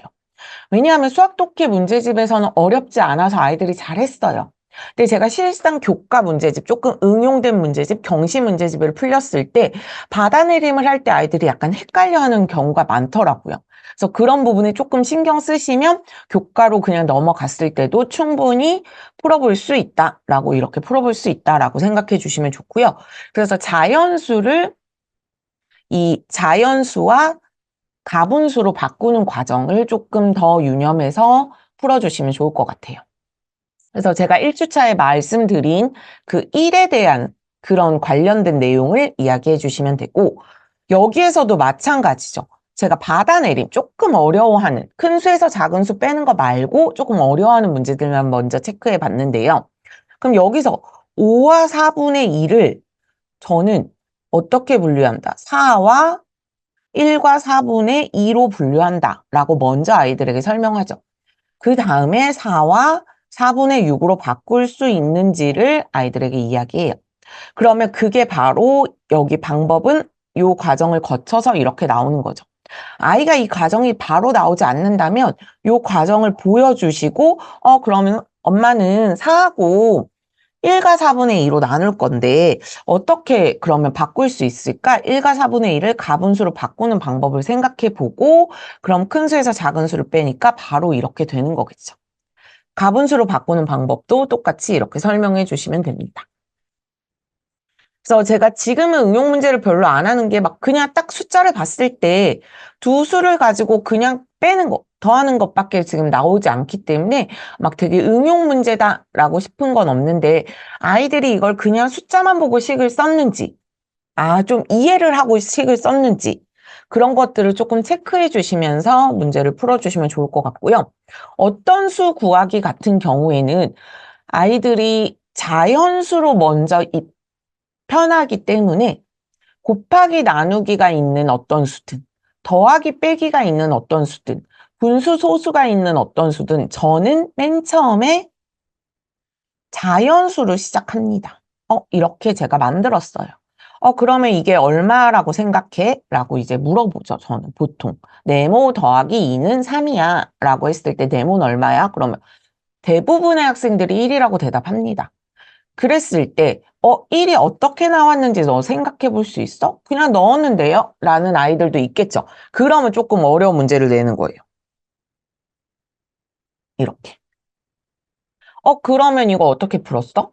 라고 하면 8에서 3을 뺐어요. 라고 이제 아이들이 이야기할 수 있거든요. 2학년, 3학년 아이들은 어떤 수에 대해서 대충 아니까. 그러면 그것도 똑같이 분수에 적용하는 거야. 어떤 수에서 5분의 4를 뺐더니 5분의 2가 되었어. 네모에서 3을 빼었더니 5가 되었어. 네모 어떻게 구해? 라고 물어봤을 때 아이들은 이제 네모를 구할 수 있는 거겠죠. 구하고 나서 두 수를 더해요. 5분의 2 더하기 5분의 4를 해요. 그럼 5분의 6이 나왔어. 그걸 어떻게 대분수로 바꾸는 과정까지 아이들에게 설명해 주시면 됩니다. 그럼 가운데 들어간 건 좀 어려워하죠. 그러면 5 빼기 네모는 2 이런 거 해보면 되겠죠. 그럼 이거 어떻게 계산해? 그럼 5에서 2를 빼면 돼요. 그럼 3과 3분의 2에서 2를 빼면 돼요. 그럼 1과 3분의 2가 바로 나와요. 라고 이렇게 설명하실 수 있겠죠. 그래서 그런 식으로 보통 설명을 하고 단위를 정확하게 적고 있는지 설명을 하고 저는 이 문제 왜 체크했냐면요. 그냥 두 초 길이의 차라고 했을 때 그럴 일은 없겠지만 작은 수에서 큰 수를 빼는 아이들이 혹시 있을까 봐. 그리고 차라는 것은 중학교 가서 배웠을 때는 5와 8분의 6 빼기 6과 8분의 3이 식을 쓸 수 있는 식이죠. 그런데 차라고 했을 때 아이들이 그냥 빼는 경우가 있어요. 하지만 차라는 요 말 용어 자체가 큰 수에서 작은 수를 빼겠다라는 약속입니다. 그렇기 때문에 초등학생들은 당연히 큰 수에서 작은 수를 빼겠지만 이제 중학교 거 배웠어. 중학교 거 뭐 좀 해. 라고 했을 때 차라고 나와 있을 때 아이들은 그냥 뺄셈이라고 생각하기 때문에 5와 8분의 6에서 6과 8분의 3을 빼는 행위를 할 수도 있거든요. 그런데 차라는 것은 큰 수에서 작은 수를 빼는 거구나 라고 생각해 주시면 되겠습니다. 소수 볼게요. 소수가 저는 더 쉽다고 생각하지만 아이들은 소수를 더 어렵게 생각합니다. 어른들은 소수를 더 쓰는 일이 많죠. 뭐 3분의 1만큼 주세요. 4분의 1만큼 주세요라고 말하지 않고 2.5만큼 뭐 이렇게. 왜냐하면 우리가 뭔가 소수를 쓰는 일이 더 많긴 하거든요. 근데 아이들은 요 소수를 굉장히 어려워하고 더 뒤에 나와 있어서 그렇습니다. 그래서 우선 소수 첫째 자리, 둘째 자리라는 용어 자체를 정확하게 아이들이 아는 게 가장 중요하고요. 소수 세 자릿수도 그리고 읽는 법. 0.413이 아니라 413이라고 읽는다라는 거 그런 부분 좀 체크해 주시면 되겠고요. 크기 비교는 그냥 딱 봤을 때 자연수 부분이 더 큰지 소수 부분이 더 큰지 봤을 때 0.29와 0.24 뭐 이런 식으로 아니면 개수 차이를 보고 계산하시면 되겠고요. 아이들이 힘들어하는 부분 10배, 100배 오른쪽으로 갑니다. 소수점이. 0.1배, 0.01배 왼쪽으로 갑니다. 그런 부분은 어려워해요. 그런데 그냥 10배라고 하고 0.1배라고 써 있으면 그냥 소수점만 얘는 오른쪽 한 칸, 얘는 왼쪽 한 칸이라고 아이들이 생각하는데 이렇게 10분의 1이라고 나왔으면 이것을 또 좀 어려워해요. 얘를 그냥 0.1로 바꾸는 연습을 아이들이 필요로 합니다. 그럼 얘가 0.8이 되고 얘가 0.08이 된다라는 걸 확인하실 수 있겠죠. 그래서 그런 식으로 접근을 해주시면 되겠고요. 그 다음에 뭐 나머지는 10배, 100배, 1000배, 0.1배, 0.01배 이런 부분은 조금 더 연습이 필요해요. 기본적인 내용은 알고 있다 하더라도. 그다음 조건에 맞는 수. 소수 두 자릿수라고 하면 소수점 아래가 두 자릿수가 되어야 한다. 앞에가 두 자릿수가 되어야 되는 게 중요한 게 아니다라고 생각하시면 되겠고요. 가장 큰 거기 때문에 뭐 자연수, 이건 뭐 이렇게 적어주시면 되겠죠. 그래서 제가 지금 최대한 빠르게 하고 있는데, 제가 그래도 말씀드리고 싶은 건 웬만큼 다 말씀드리면서 넘어가도록 할게요. 소수의 덧셈 뺄셈에서 가장 중요한 것은 점을 제대로 맞춘다는 겁니다. 곱셈 나눗셈을 할 때는 점을 맞추지 않아도 되기 때문에 덧셈 뺄셈에서는 점을 맞춰야 된다는 게 가장 중요해요. 점이 없으면 그냥 똑같이 계산하는 거와 똑같기 때문에 아이들이 소수 자릿수가 다른 거, 이렇게 한 자릿수 계산 할 수 있어, 똑같이. 뭐 이거 별로 어렵지 않아요. 두 자릿수 계산도 똑같이 할 수 있습니다. 그런데 7.5에서 1.78을 뺍니다 라고 했어요. 소수 두 자릿수인데 자릿수가 달라요. 점이 다르죠. 그럼 이런 문제들만 아이들이 제대로 풀고 있는지, 178에서 75를 뺀 건 아닌지 이런 부분만 체크해 주시면 되겠습니다. 그래서 2가 되겠고 7이 되겠고 5가 되겠죠. 이런 식으로 써주면 뭐 받아내림 있는 부분도 뭐 해주시면 되겠죠. 그래서 점을 제대로 맞춰야 된다. 그런데 아이들이 막 곱셈과 나눗셈까지 할 줄 아는데 덧셈 뺄셈 하게 되면 더 헷갈리거든요. 그래서 덧셈 뺄셈을 하실 때 꼭 정확하게 아이들에게 요걸 약간 입력을 시켜 주셔야 곱셈 나눗셈 하실 때 훨씬 더 편하고, 단위 변환 계산 이런 거 중요해요.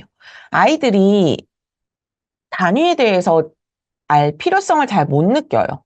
그러니까 왜냐하면 다 알려주고 다 써있고 다 그려져 있고 뭐 이런데 이걸 굳이 내가 알아야 되나라고 생각하거든요.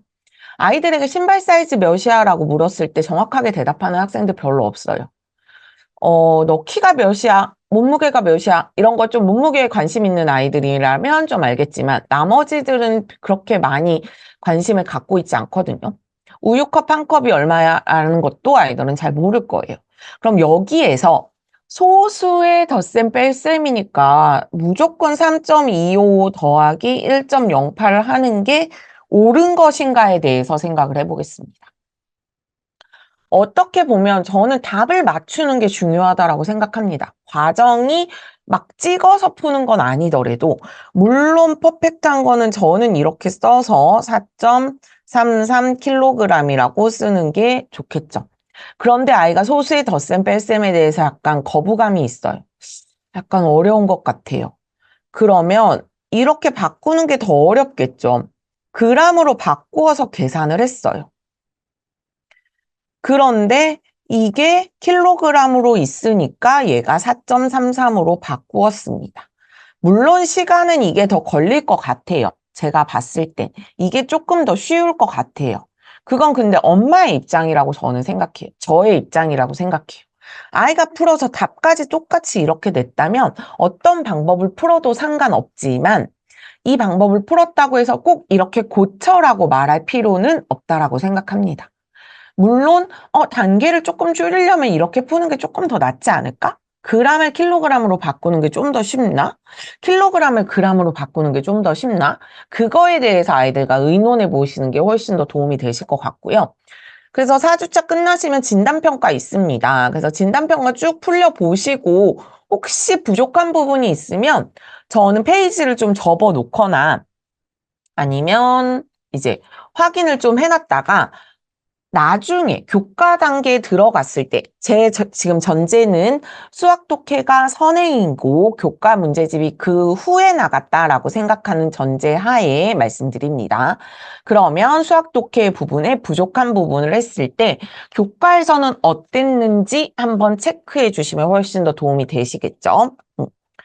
그래서 이제부터 2, 3을 할 거고요. 도형 측정입니다. 도형 측정이라는 것은 도형이긴 하지만 계산도 중요하다라는 게 가장 포인트입니다.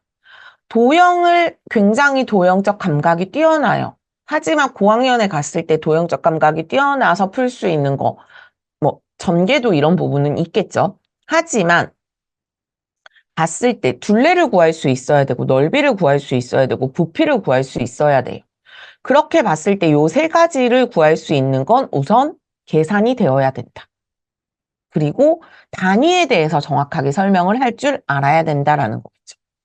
그러면 이렇게 보면 굉장히 쉬워요. 근데 저는 이거 답 구하는 게 중요하겠지만 먼저 물어볼 것 같아요. 정다각형이 뭔지 먼저 물어볼 것 같아요. 정다각형에 대해서 아이가 알고 있는지. 정다각형 뭘까요? 변의 길이도 같고 각의 크기도 같은 것이 정다각형입니다. 그러면 이게 모두 다 같다라고 했을 때, 뭐 아이들이 몇 도인지도 알 수 있으면 알아보는 과정도 필요할 것 같고요. 한번 이렇게 풀어보시면 되겠고, 1일차 쉽죠? 사각형의 둘레, 가로, 세로. 뭐, 이 방법이 틀리진 않죠. 이 방법이 틀리진 않지만, 이렇게 푸는 걸 권장한다라는 거죠. 그러면 이렇게 저는 답을 이렇게 쓰겠죠? 음. 아니면 7 곱하기 2, 11 곱하기 2. 이것도 뭐 틀린 방법은 전혀 아닙니다. 그런데 아이들이 여러 번 반복하면서 본인이 편한 방법을 찾는 게 가장 좋은 것 같아요. 방법이 세 가지가 있어요. 선생님은 한 가지 1 방법을 쓰지만 2하고 3을 쓴다고 해서 아이들에게 이걸 틀렸다라고 말할 수는 없겠죠. 그런데 이제 나중에 제 방법을 따라간다면 이게 조금 더 시간적으로 효율이 있구나라고 생각하시면 될 것 같고요. 요런 부분은 그냥 넘어갈 거고요. 단위 넓이도 마찬가지입니다. 단위 넓이에 대해서 먼저 생각을 해보면 1cm, 1cm. 그럼 1cm랑 1cm랑 곱해서 1제곱센티미터가 나옵니다. 근데 이거 제곱 어떻게 센티미터, 센티미터 이렇게 쓰기 너무 복잡하니까 제곱센티미터라고 이렇게 두 개를 곱한 거를 뜻하는 거야. 세 개를 곱한 거를 뜻하는 거야. 라고 이제 아이들에게 제곱센티미터에 대한 이야기를 해주면 돼요. 왜냐하면 여기에서 중요한 것은 그런 거예요. 단위가 많아지면 둘레만 배우는 학생이 둘레를 쓸 때 무조건 단위를 써야 돼 라고 배웠으면 센티미터만 쓰겠죠. 근데 넓이를 배웠어요. 넓이를 배웠는데도 센티미터를 써서 틀리는 경우도 있거든요. 그렇기 때문에 넓이라는 단어가 나왔으면 제곱 센티미터라는 걸 써야 한다. 부피라는 단어가 나왔으면 세제곱 센티미터라는 세제곱 미터라는 이런 걸 써야 된다라는 걸 좀 알려주시는 게 가장 중요하겠죠.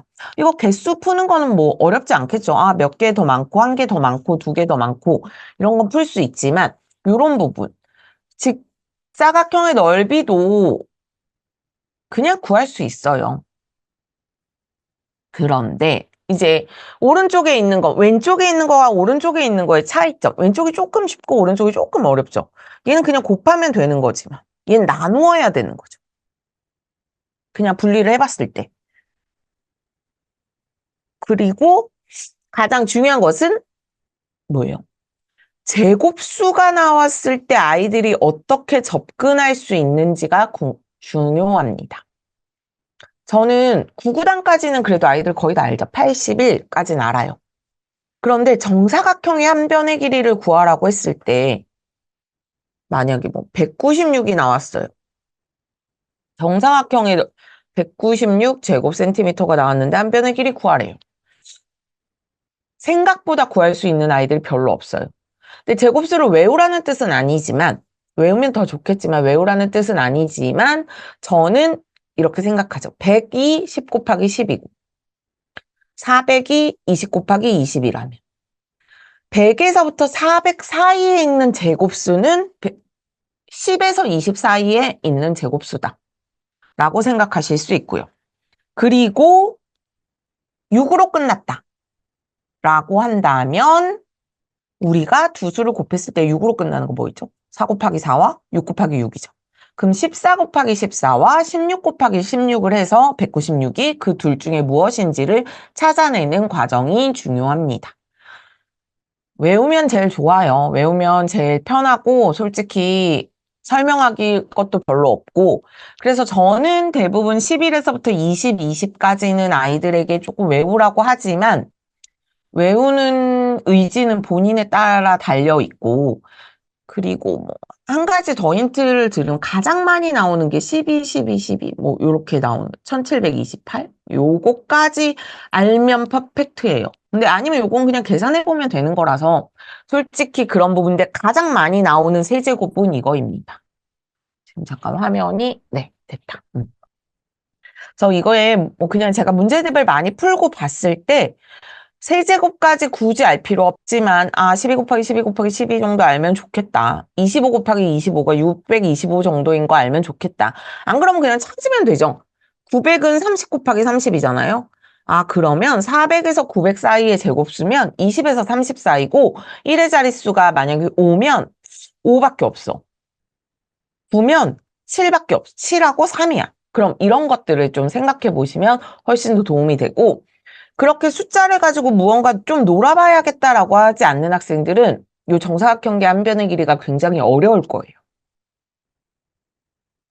넓이의 단위가 나왔습니다. 아이들이 굉장히 어려워하는 부분입니다. 왜 어려워할까 제가 생각을 해봤어요. 1m가 몇 센티미터예요? 라고 했을 때 100cm입니다. 라고 합니다. 그럼 1제곱센티미터는 몇 제곱센티미터예요? 라고 하면 100cm 곱하기 100cm니까 우리는 10,000제곱센티미터입니다. 이렇게 쓸 수 있겠죠. 그래서 이런 것들을 잘 모르는 거예요. 1제곱킬로미터면 1000m 곱하기, 1000m 곱하기 1000m입니다. 그러면 1000제곱센티미터이고 이것에 또 센티미터를 붙이면 공을 4개를 더 붙이면 되겠습니다. 이런 식으로 접근을 하면 되겠죠. 하나가 없어져요. 만약에 센티미터에서 미터로 가요. 그러면 2개 원래 지웠죠. 근데 제곱이에요. 그럼 2번 더 지우면 되겠죠. 2번 더 지웠어요. 2번 더 지우면 되겠죠. 얘는 3개 지웠어요. 그럼 3개 더 지우면 되겠죠.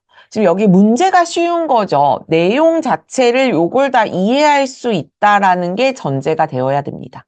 어떤 문제가 나오더라도 아이가 이것을 가지고 문제를 풀 수 있는 건 원리를 알아야 된다라는 거죠. 1m가 100cm예요. 그렇기 때문에 1제곱미터는 100cm가 2개 있어야 돼요. 뭐 이렇게 설명해 주시는 부분을 꼭 생각해 주시면 되겠고요. 그다음에 네. 확인학습 이런 부분. 평행사변형의 넓이. 이제 이 문제집을 하고 교과를 했을 때 아이들 공식은 다 알아요. 그런데 이 공식이 왜 나오는지 모르는 경우가 좀 있어서 그 부분을 조금 설명을 해주시면서 문제를 푸시는 게 좋을 것 같아요. 저는 평행사변형 설명할 땐 이 부분을 잘라요. 우리가 직사각형은 배웠으니까. 그럼 여기다 붙이죠. 그럼 이 부분에 붙이면 여기가 12 곱하기 6이 되고 72가 됩니다. 라고 생각할 수 있겠죠. 모든 교과 문제집의 평행사변형의 넓이에 대해서 설명할 때는 직사각형으로 만들고 설명을 합니다. 그럼 평행사변형이 밑변 곱하기 높이가 되었다라는 사실을 이미 알았으면 우리는 삼각형의 넓이는 어떻게 구합니까? 똑같은 삼각형을 덧붙입니다. 그래서 평행사변형을 만들어요. 평행사변형은 밑변 곱하기 높이라고 했어요. 그런데 내가 하나 더 만들었기 때문에 나누기 2를 해줍니다. 그래서 21제곱센티미터가 됩니다. 라는 거죠. 그럼 얘도 똑같이 평행사변형을 다 만들어 본다라고 생각하시면 되겠습니다. 얘는 위로 이렇게 만들겠죠? 뭐 이렇게. 마름모의 넓이. 얘는 어떻게 왜 대각선 곱하기 대각선 나누기 2일까라고 생각해보는 힌트는 여기 있습니다. 그럼 바깥에 이렇게 도형을 그리겠죠? 그러면 요 9가 위로 올라가니까 9가 되겠고 여기가 8이 되겠죠. 그리고 얘랑 얘랑 얘랑 얘랑 얘랑 얘랑 얘랑 얘랑은 각각 같다라는 거 확인하실 수 있습니다. 그래서 9 곱하기 8을 하고 나누기 2를 해주시면 되겠죠. 그래서 36이 됩니다. 라고 생각하실 수 있고요. 그래서 마름모까지 확인을 하시면 사다리꼴도 마찬가지입니다. 사다리꼴도 저는 똑같은 사다리꼴을 뒤집어서 붙입니다. 그러면 여기가 4가 되겠고 여기가 12가 되겠죠. 그럼 우리는 12 더하기 4를 한 다음에 곱하기 8을 하고 나누기 1을 하겠죠. 그러면 윗변과 아랫변을 더한 다음에 높이를 곱하고 나누기 2를 하면 그게 사다리꼴의 넓이가 됩니다. 아이들이 이거 그냥 넓이 보니까 윗변 곱하기 아랫변, 윗변 더하기 아랫변 곱하기 높이 나누기 2래. 그러면 이렇게 풀면 돼. 그러면 뭐 굳이 설명 안 해도 되니까 나 그냥 풀게 라고 이렇게 얘기하죠. 그런데 이 내용을 한 번씩이라도 좀 언급해 주시면서 문제를 풀어주시면 훨씬 아이들이 교과로 넘어갔을 때 좀 더 자세하게 좀 어려운 문제집도 잘 접근할 수 있다라고 생각하시면 됩니다. 그럼 어려운 문제를 보죠. 어려운 문제 보면 아이들이 왜 이렇게 모르겠지? 라고 하죠. 그런데 그냥 기본적인 틀만 알고 있으면 문제를 푸는데 별로 어려움이 없습니다. 큰 거에서 작은 거 빼도 되고 아니면 어떻게 쪼갤지를 생각해보고 번호를 써보고 여러 가지 방법으로 해보시면 되겠고 네.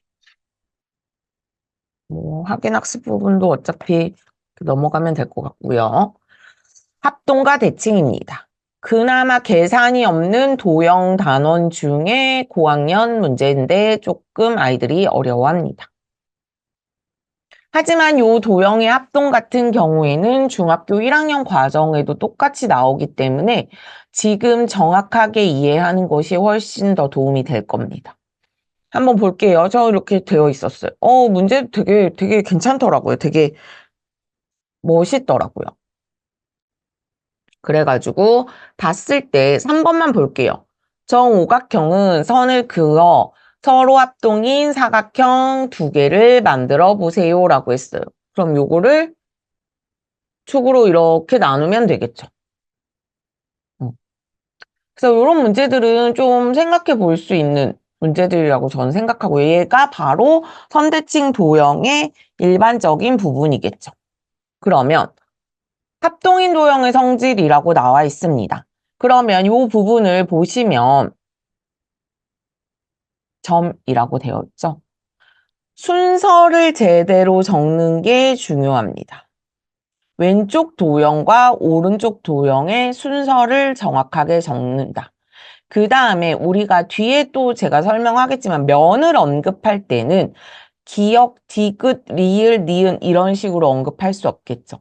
이게 굉장히 기본적인 부분인데도 아이들이 헷갈려 할 수가 있어요. 그래서 순서대로 혹은 뭐 리을부터 시작하면 이렇게 돌리든 방향을 한 방향으로 정해서 쓸 수 있는 것을 아이들에게 습관을 들여주시는 게 좋고 그 부분이 어차피 중학교 가서도 진행되기 때문에 그렇게 해주시면 되겠고요. 나머지 부분은 그렇게 뭐 중요한 건 지금 삼각형의 합동에서만 만약에 나온다면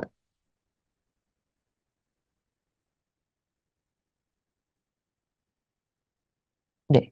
삼각형의 합동에서만 나온다면 저는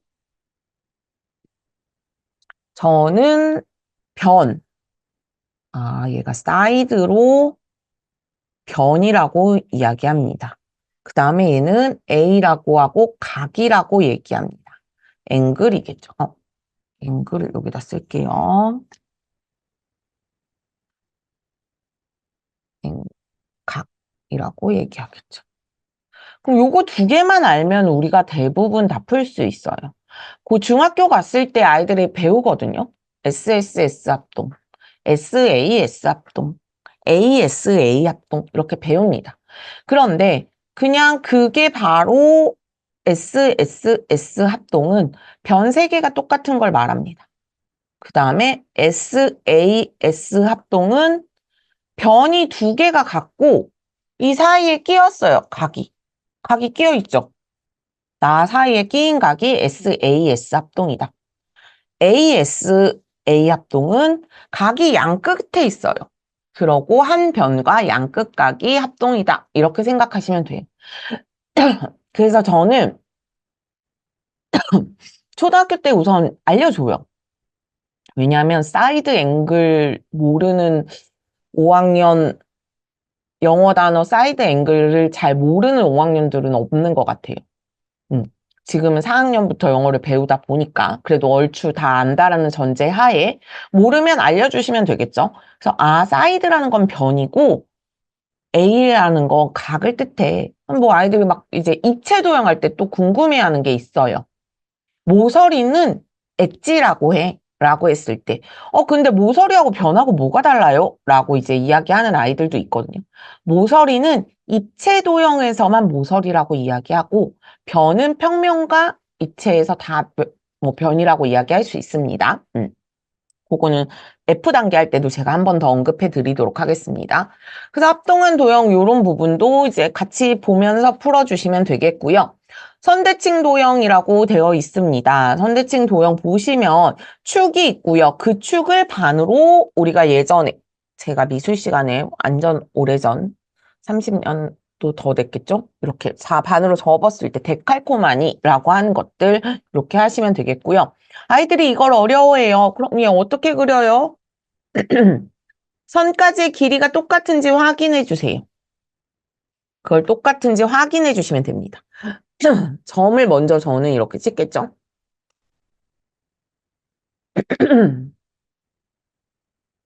그럼 점을 찍습니다. 세 칸 가는 거죠. 그럼 이쪽도 세 칸 가요. 여기는 하나죠. 여기 하나 가요. 그럼 여기는 하나, 둘, 셋, 넷, 다섯 칸이에요. 하나, 둘, 셋, 넷, 다섯 칸 가요. 그 다음에 여기 가요. 그 다음에 하나, 둘, 셋, 넷 칸 가요. 이렇게 되겠죠. 그러고 나서 이어보는 거죠. 여기 올라갔어. 내려갔어. 올라갔어. 올라갔어. 이렇게 이어보는 거죠. 점을 먼저 찍을 수 있는지를 확인하시고 선을 그어주시면 되겠습니다. 점대칭 도형도 마찬가지예요. 점을 우선 그어보는 거예요. 저는 요 대칭이 중심이죠.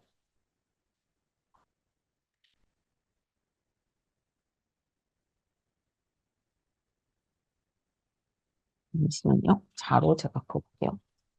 요렇게 그었을 때, 요렇게 선으로 이어지는구나. 이렇게 선으로 이어지는구나 라고 생각하시고 모양을 그려주시면 되겠습니다. 그래서 대칭도 아이들이 조금 어려워하실 수 있어요. 합동보다 대칭은 조금 더 어려워할 수 있지만 여러 번 연습을 하면 충분히 풀어볼 수 있고요. 이제 직육면체, 정육면체 부분 나오는데 우선 육면체라고 하는 건 체는 입체를 뜻하고요. 육면, 6개의 면을 뜻하고요. 직은 직사각형, 정은 정사각형이다 라고 이제 아이들에게 용어 설명해 주시면 되겠고요.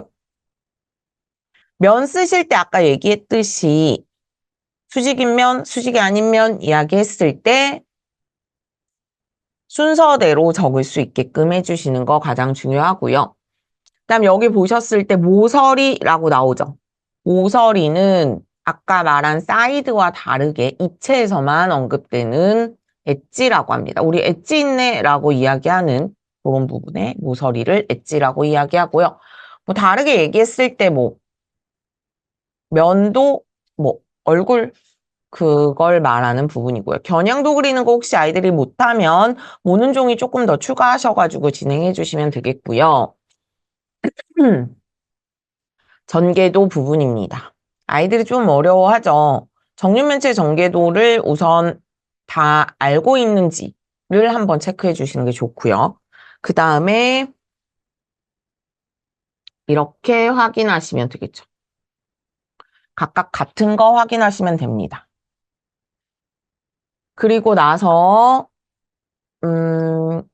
여기 직육면체 전개도 한번 볼게요. 요 직육면체 57쪽 한번 보도록 하겠습니다. 요거 57쪽은 한번 푸는 시간 잠깐 드릴게요. 1분? 제가 잠깐 드릴게요. 요걸 어떻게 1번 한번 보시면 그냥 이게 중학교에서도 많이 나오는 문제이기 때문에 제가 우선 전개도를 그냥 이렇게 봤을 때 본인이 전개도를 그리면 모르겠는데 오면 그냥 그려보시면 됩니다. 우선은 가장 그리기 편한 거 여기 디귿이 있죠. 그럼 디귿이 있다라고 했을 때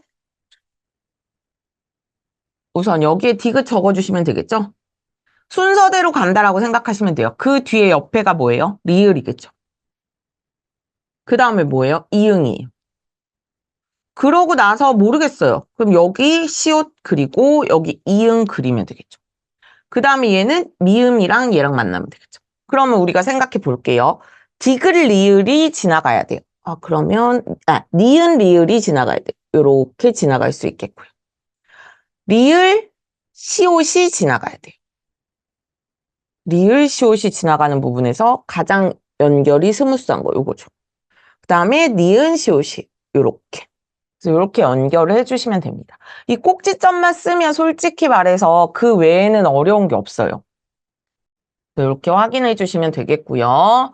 그 다음에 진단평가 이렇게 보시면 되겠고, 그 다음에 이제 F단계로 넘어가도록 하겠습니다.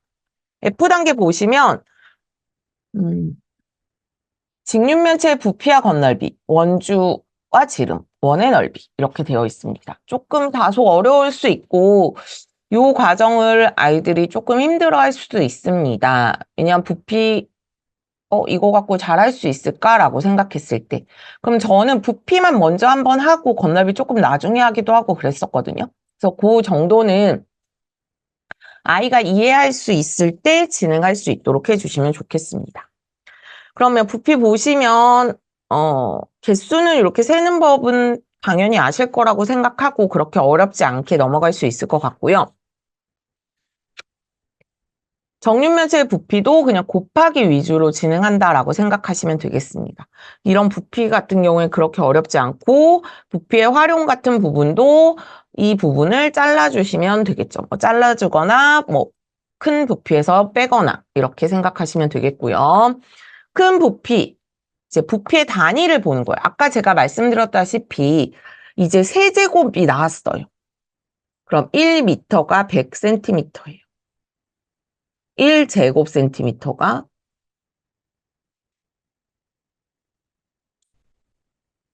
만 이렇게 되겠죠. 그러면 1세제곱은 이제 어떻게 돼야 돼요? 100이 100cm가 3개가 되는 거죠. 그렇기 때문에 이렇게 된다라고 생각하시면 되겠습니다. 그래서 이것을 가지고 이제 문제를 풀어보는 거죠. 그래서 한 모서리가 4m라고 했을 때 64가 되겠죠. 그다음 얘는 3, 4, 5 하면 60이 되겠죠. 얘는 7, 5, 2 하면 70이 되겠죠. 이렇게 똑같이 딱 떨어지면 모르겠는데 세제곱 센티미터하고 미터하고 나뉘어져 있다라고 하면 구분해서 문제를 풀어주시면 되겠습니다. 그 다음에 두 번째 한번 보시면 직육면체 건널비 부분입니다. 직육면체 건널비 부분 봤을 때 풀 수 있는 방법이 세 가지라고 하면 세 가지, 두 가지라고 하면 두 가지겠죠. 저는 우선 세 면으로 만났을 때 이렇게 1번, 2번, 3번으로 했을 때 구할 수 있는 방법. 3개 구한 다음에 곱하기 2를 하는 방법이죠. 그런데 방법 1을 아이들이 많이 좋아합니다. 왜냐하면 직관적으로 봤을 때 문제 풀 수 있거든요. 그런데 저는 방법 2를 권해드립니다. 교과 문제집에도 굉장히 많이 나와 있는 방법이고 여기에서는 방법 2를 굳이 쓰지 않더라도 다 풀 수 있지만 방법 2만으로도 풀 수 있는 풀어야만 하는 교과 문제집들이 다소 좀 있기 때문에 이 방법을 정확하게 알고 넘어갈 수 있도록 해주시는 게 좋고요. 그냥 4 곱하기 3 하나, 4 곱하기 5 하나, 3 곱하기 5 하나 이렇게 하는 것 중에 곱하기 2를 하면 되는 게 아니라 한 밑면의 넓이, 구해요. 그러면 12가 두 개가 있고요. 그 다음에 원래는 이렇게 그 다음에는 옆면의 둘레를 계산하는 거죠. 옆면의 넓이는 얘 가로가 밑면의 둘레가 되기 때문에 밑면의 둘레 곱하기 높이입니다 라고 생각하실 수 있어요. 왜 제가 이 문제가 중요하다라고 말씀드리냐면 지금은 저희가 직육면체의 건널비만 이야기하고 있기 때문에 이게 되게 다소 어렵지 않게 느껴지실 수 있는데 이제 원기둥 건널비를 배웠을 때 생각해 보면 원기둥도 마찬가지예요. 우리가 전개도를 봤을 때 이렇게 제가 그렸어요. 건널비를. 그럼 밑면이 두 개가 있고 옆면의 넓이가 하나가 있죠. 그럼 이 옆면의 넓이가 바로 요게 밑면의 둘레가 됩니다. 그렇기 때문에 풀어야 되는 방식이 똑같기 때문에 하나만 정확하게 원리를 이해해서 문제를 푸는 것을 권해드립니다. 그렇기 때문에 한 밑면의 넓이 곱하기 2 더하기 옆면의 넓이를 꼭 풀어볼 수 있게끔 숙지할 수 있게끔 풀어주시면 좋겠고요. 건널비 구하기 여기 보고 건널비 구하기 별로 어렵지 않습니다. 그 다음에 아이들이 어려워하는 부분입니다. 빵을 잘랐어요. 건널비 합을 구하래요. 건널비가 얼만큼 늘어나는지 보고 싶어요. 제가 이렇게 딱 본드를 붙였어요. 그런데 띄어냈어요. 그럼 면이 몇 개가 더 생기죠? 두 개가 더 생기죠. 그걸 물어보는 거예요. 그러면 2번을 한번 풀어볼게요. 빵을 4조각으로 잘랐어요. 그럼 이쪽에도 두 개가 더 생기고 이쪽에도 두 개가 더 생기죠. 그런데 크기는 12 곱하기 7이에요. 12 곱하기 7이 4개가 더 생기는 거죠. 그럼 저는 28 곱하기 12 하지 않고 48 곱하기 7을 하겠습니다. 그래서 280 더하기 56 해서 336 이런 식으로 정리해 주시면 되겠죠. 그래서 마찬가지예요. 직육면체이고 부피를 어떻게 구하라 그러지? 라고 이렇게 생각해 보실 수 있겠죠. 요 29쪽 잠깐 1분 푸는 시간 드릴게요. 보겠습니다. 그러면 건널비가 이거래요. 그럼 저는 우선 뭐를 뺄까요? 밑면의 넓이를 빼겠죠. 밑면의 넓이를 뺐어요. 밑면의 넓이가 얼마죠? 108이네요. 그럼 240이 옆면의 넓이. 그럼 옆면의 넓이는 밑면의 둘레 곱하기 높이죠. 밑면의 둘레가 얼마죠? 30이네요.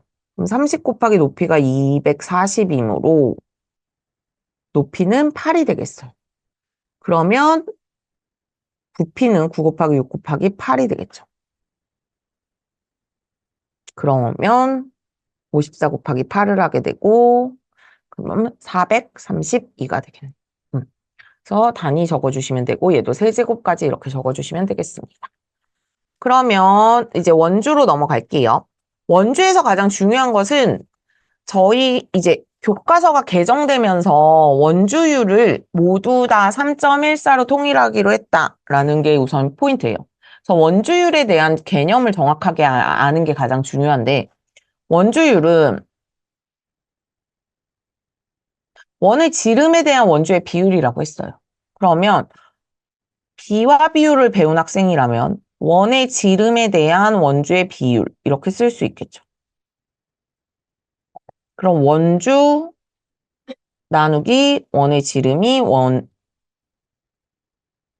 원주율이라는 것도 알겠고 원주가 원의 지름 곱하기 원주율이라는 사실도 이 식을 통해서 다 알 수 있겠죠. 그러면 원주율은 원주 대 원의 지름 이렇게 확인해 주시면서 문제를 원주율에 대해서 정확하게 알고 있는지 원주에 대해서 아이들이 알고 있는지를 확인해 주시면 되겠습니다. 넘어갈게요. 그럼 여기에서 원주율 나왔을 때 단위를 일치시켜 주시면 되겠죠. 그럼 저는 이거를 봤을 때 8로 나눠지겠죠. 8이에요, 지름이. 얘 지름이 12예요. 이렇게 다 구하지 않고 이렇게 확인할 수 있겠죠. 그럼 지름이 가장 큰 거, 12고 가장 작은 건 8이 되겠죠? 그래서 이런 식으로 체크해 주시면 되겠고요. 둘레도 마찬가지예요. 직접 그려보는 거예요. 아, 이거 반원, 이거 반원, 이거 반원. 그럼 작은 거 하나랑 큰 거 반원 하나. 이렇게 생각해 주시면 되겠어요. 그래서 아이들이 색칠한 부분의 둘레를 구할 때 아이들이 어려워했을 때는 그 위에 덧대면서 한번 풀어볼 수 있게끔 해주시면 되겠고요. 4주차 원의 넓이 넘어갈게요. 원의 넓이도 마찬가지로 정사각형의 넓이, 뭐 원의 넓이, 어리막이, 정육각형의 넓이 이런 부분이 있겠죠. 원의 넓이 이렇게 봤을 때 원의 넓이 구하는 방법 잘게 쪼갠 다음에 이거 평행사변형으로 만들었어요. 그럼 이 부분이 어떻게 될까요? 요 반원이 되겠죠. 그러면 반지름 곱하기 원주율이 될 거고요. 그 다음에 여기는 반지름이 되겠죠. 그래서 원의 넓이는 반지름 곱하기 원주율이다 라는 걸 확인하시면 되겠고요. 그 원리를 조금 알고 나머지는 그렇게 푸는데 어려움은 아마 없을 것 같아요. 소수의 곱셈이 안 된다면 굉장히 어려울 수 있지만 그러면 소수의 곱셈을 먼저 좀 숙지한 다음에 이 챕터를 해주시는 게 좋고요. 어려운 도형 푸는 것도 마찬가지예요. 얘를 어떻게 끼워 맞추면 될까라고 생각하시면 돼요. 요거 한번 이렇게 되겠죠. 그러면 정사각형에서 원 하나 빼면 되는 거고 4분의 1 원에서 삼각형 하나 빼면 되는 거고 그 다음에 얘는 반원이랑 원 하나 작은 거 더하면 되겠고 이런 식으로 나누어서 풀 수 있게끔 해주시면 되겠습니다. 그래서 지금까지 DF 3호 봤고요. 네, 제가 마무리하겠습니다. 자, 혹시 질문 있나요? 질문 있으시면 제가 채팅 보면서 한번 답변을 좀 해볼까요? 질문 드립니다. 제가 했어요. 했어요. 어우, 잘하셨습니다. 또 질문 있으신가요? 질문, 없으신가요? 질문 있으시면 그 필즈인 카페에 남겨주시면 됩니다. 저희가 이렇게 3차시까지 지금 진행을 했고요. 마지막 4차시 남아있으니까 다음 달에 한 번 더 꼭 뵙겠습니다. 그리고 우리 이제 나중에 들어오셔가지고 또 못 보셨을 수도 있어서 한 번 더 말씀드리면 우리 4차시 강의는 10월 30일 날 있습니다. 그래서 10월 30일 날 가이드 강의 한 번 더 참여해 주시고요. 그리고 챌린지 방법 3가지 있습니다. 그쵸? 가이드 본 거랑 아이들 주차별로 하는 거랑 완벽한 소감 이 3가지 중에서 네 번을 올려서 후기에 올려주시면 되고 인증 링크까지 남겨주시면 저희가 이렇게 선물을 보내드리고요. 그리고 혜택 2번째로는 우리 브런치 타임 초대해가지고 같이 한번 강연도 듣고 교구도 체험하고 본사도 구경시켜 드리겠습니다. 해시태그 남기시면 제가 가서 댓글로 응원하겠습니다. 자, 오늘 강의는 여기까지 하고요. 우리 다시 다음 달에 다시 뵙겠습니다. 마지막까지 이렇게 함께 해주셔서 감사합니다. 이제 점심 맛있게 드시고요. 우리 다음 달에 만나요. 오늘 강의 마치겠습니다.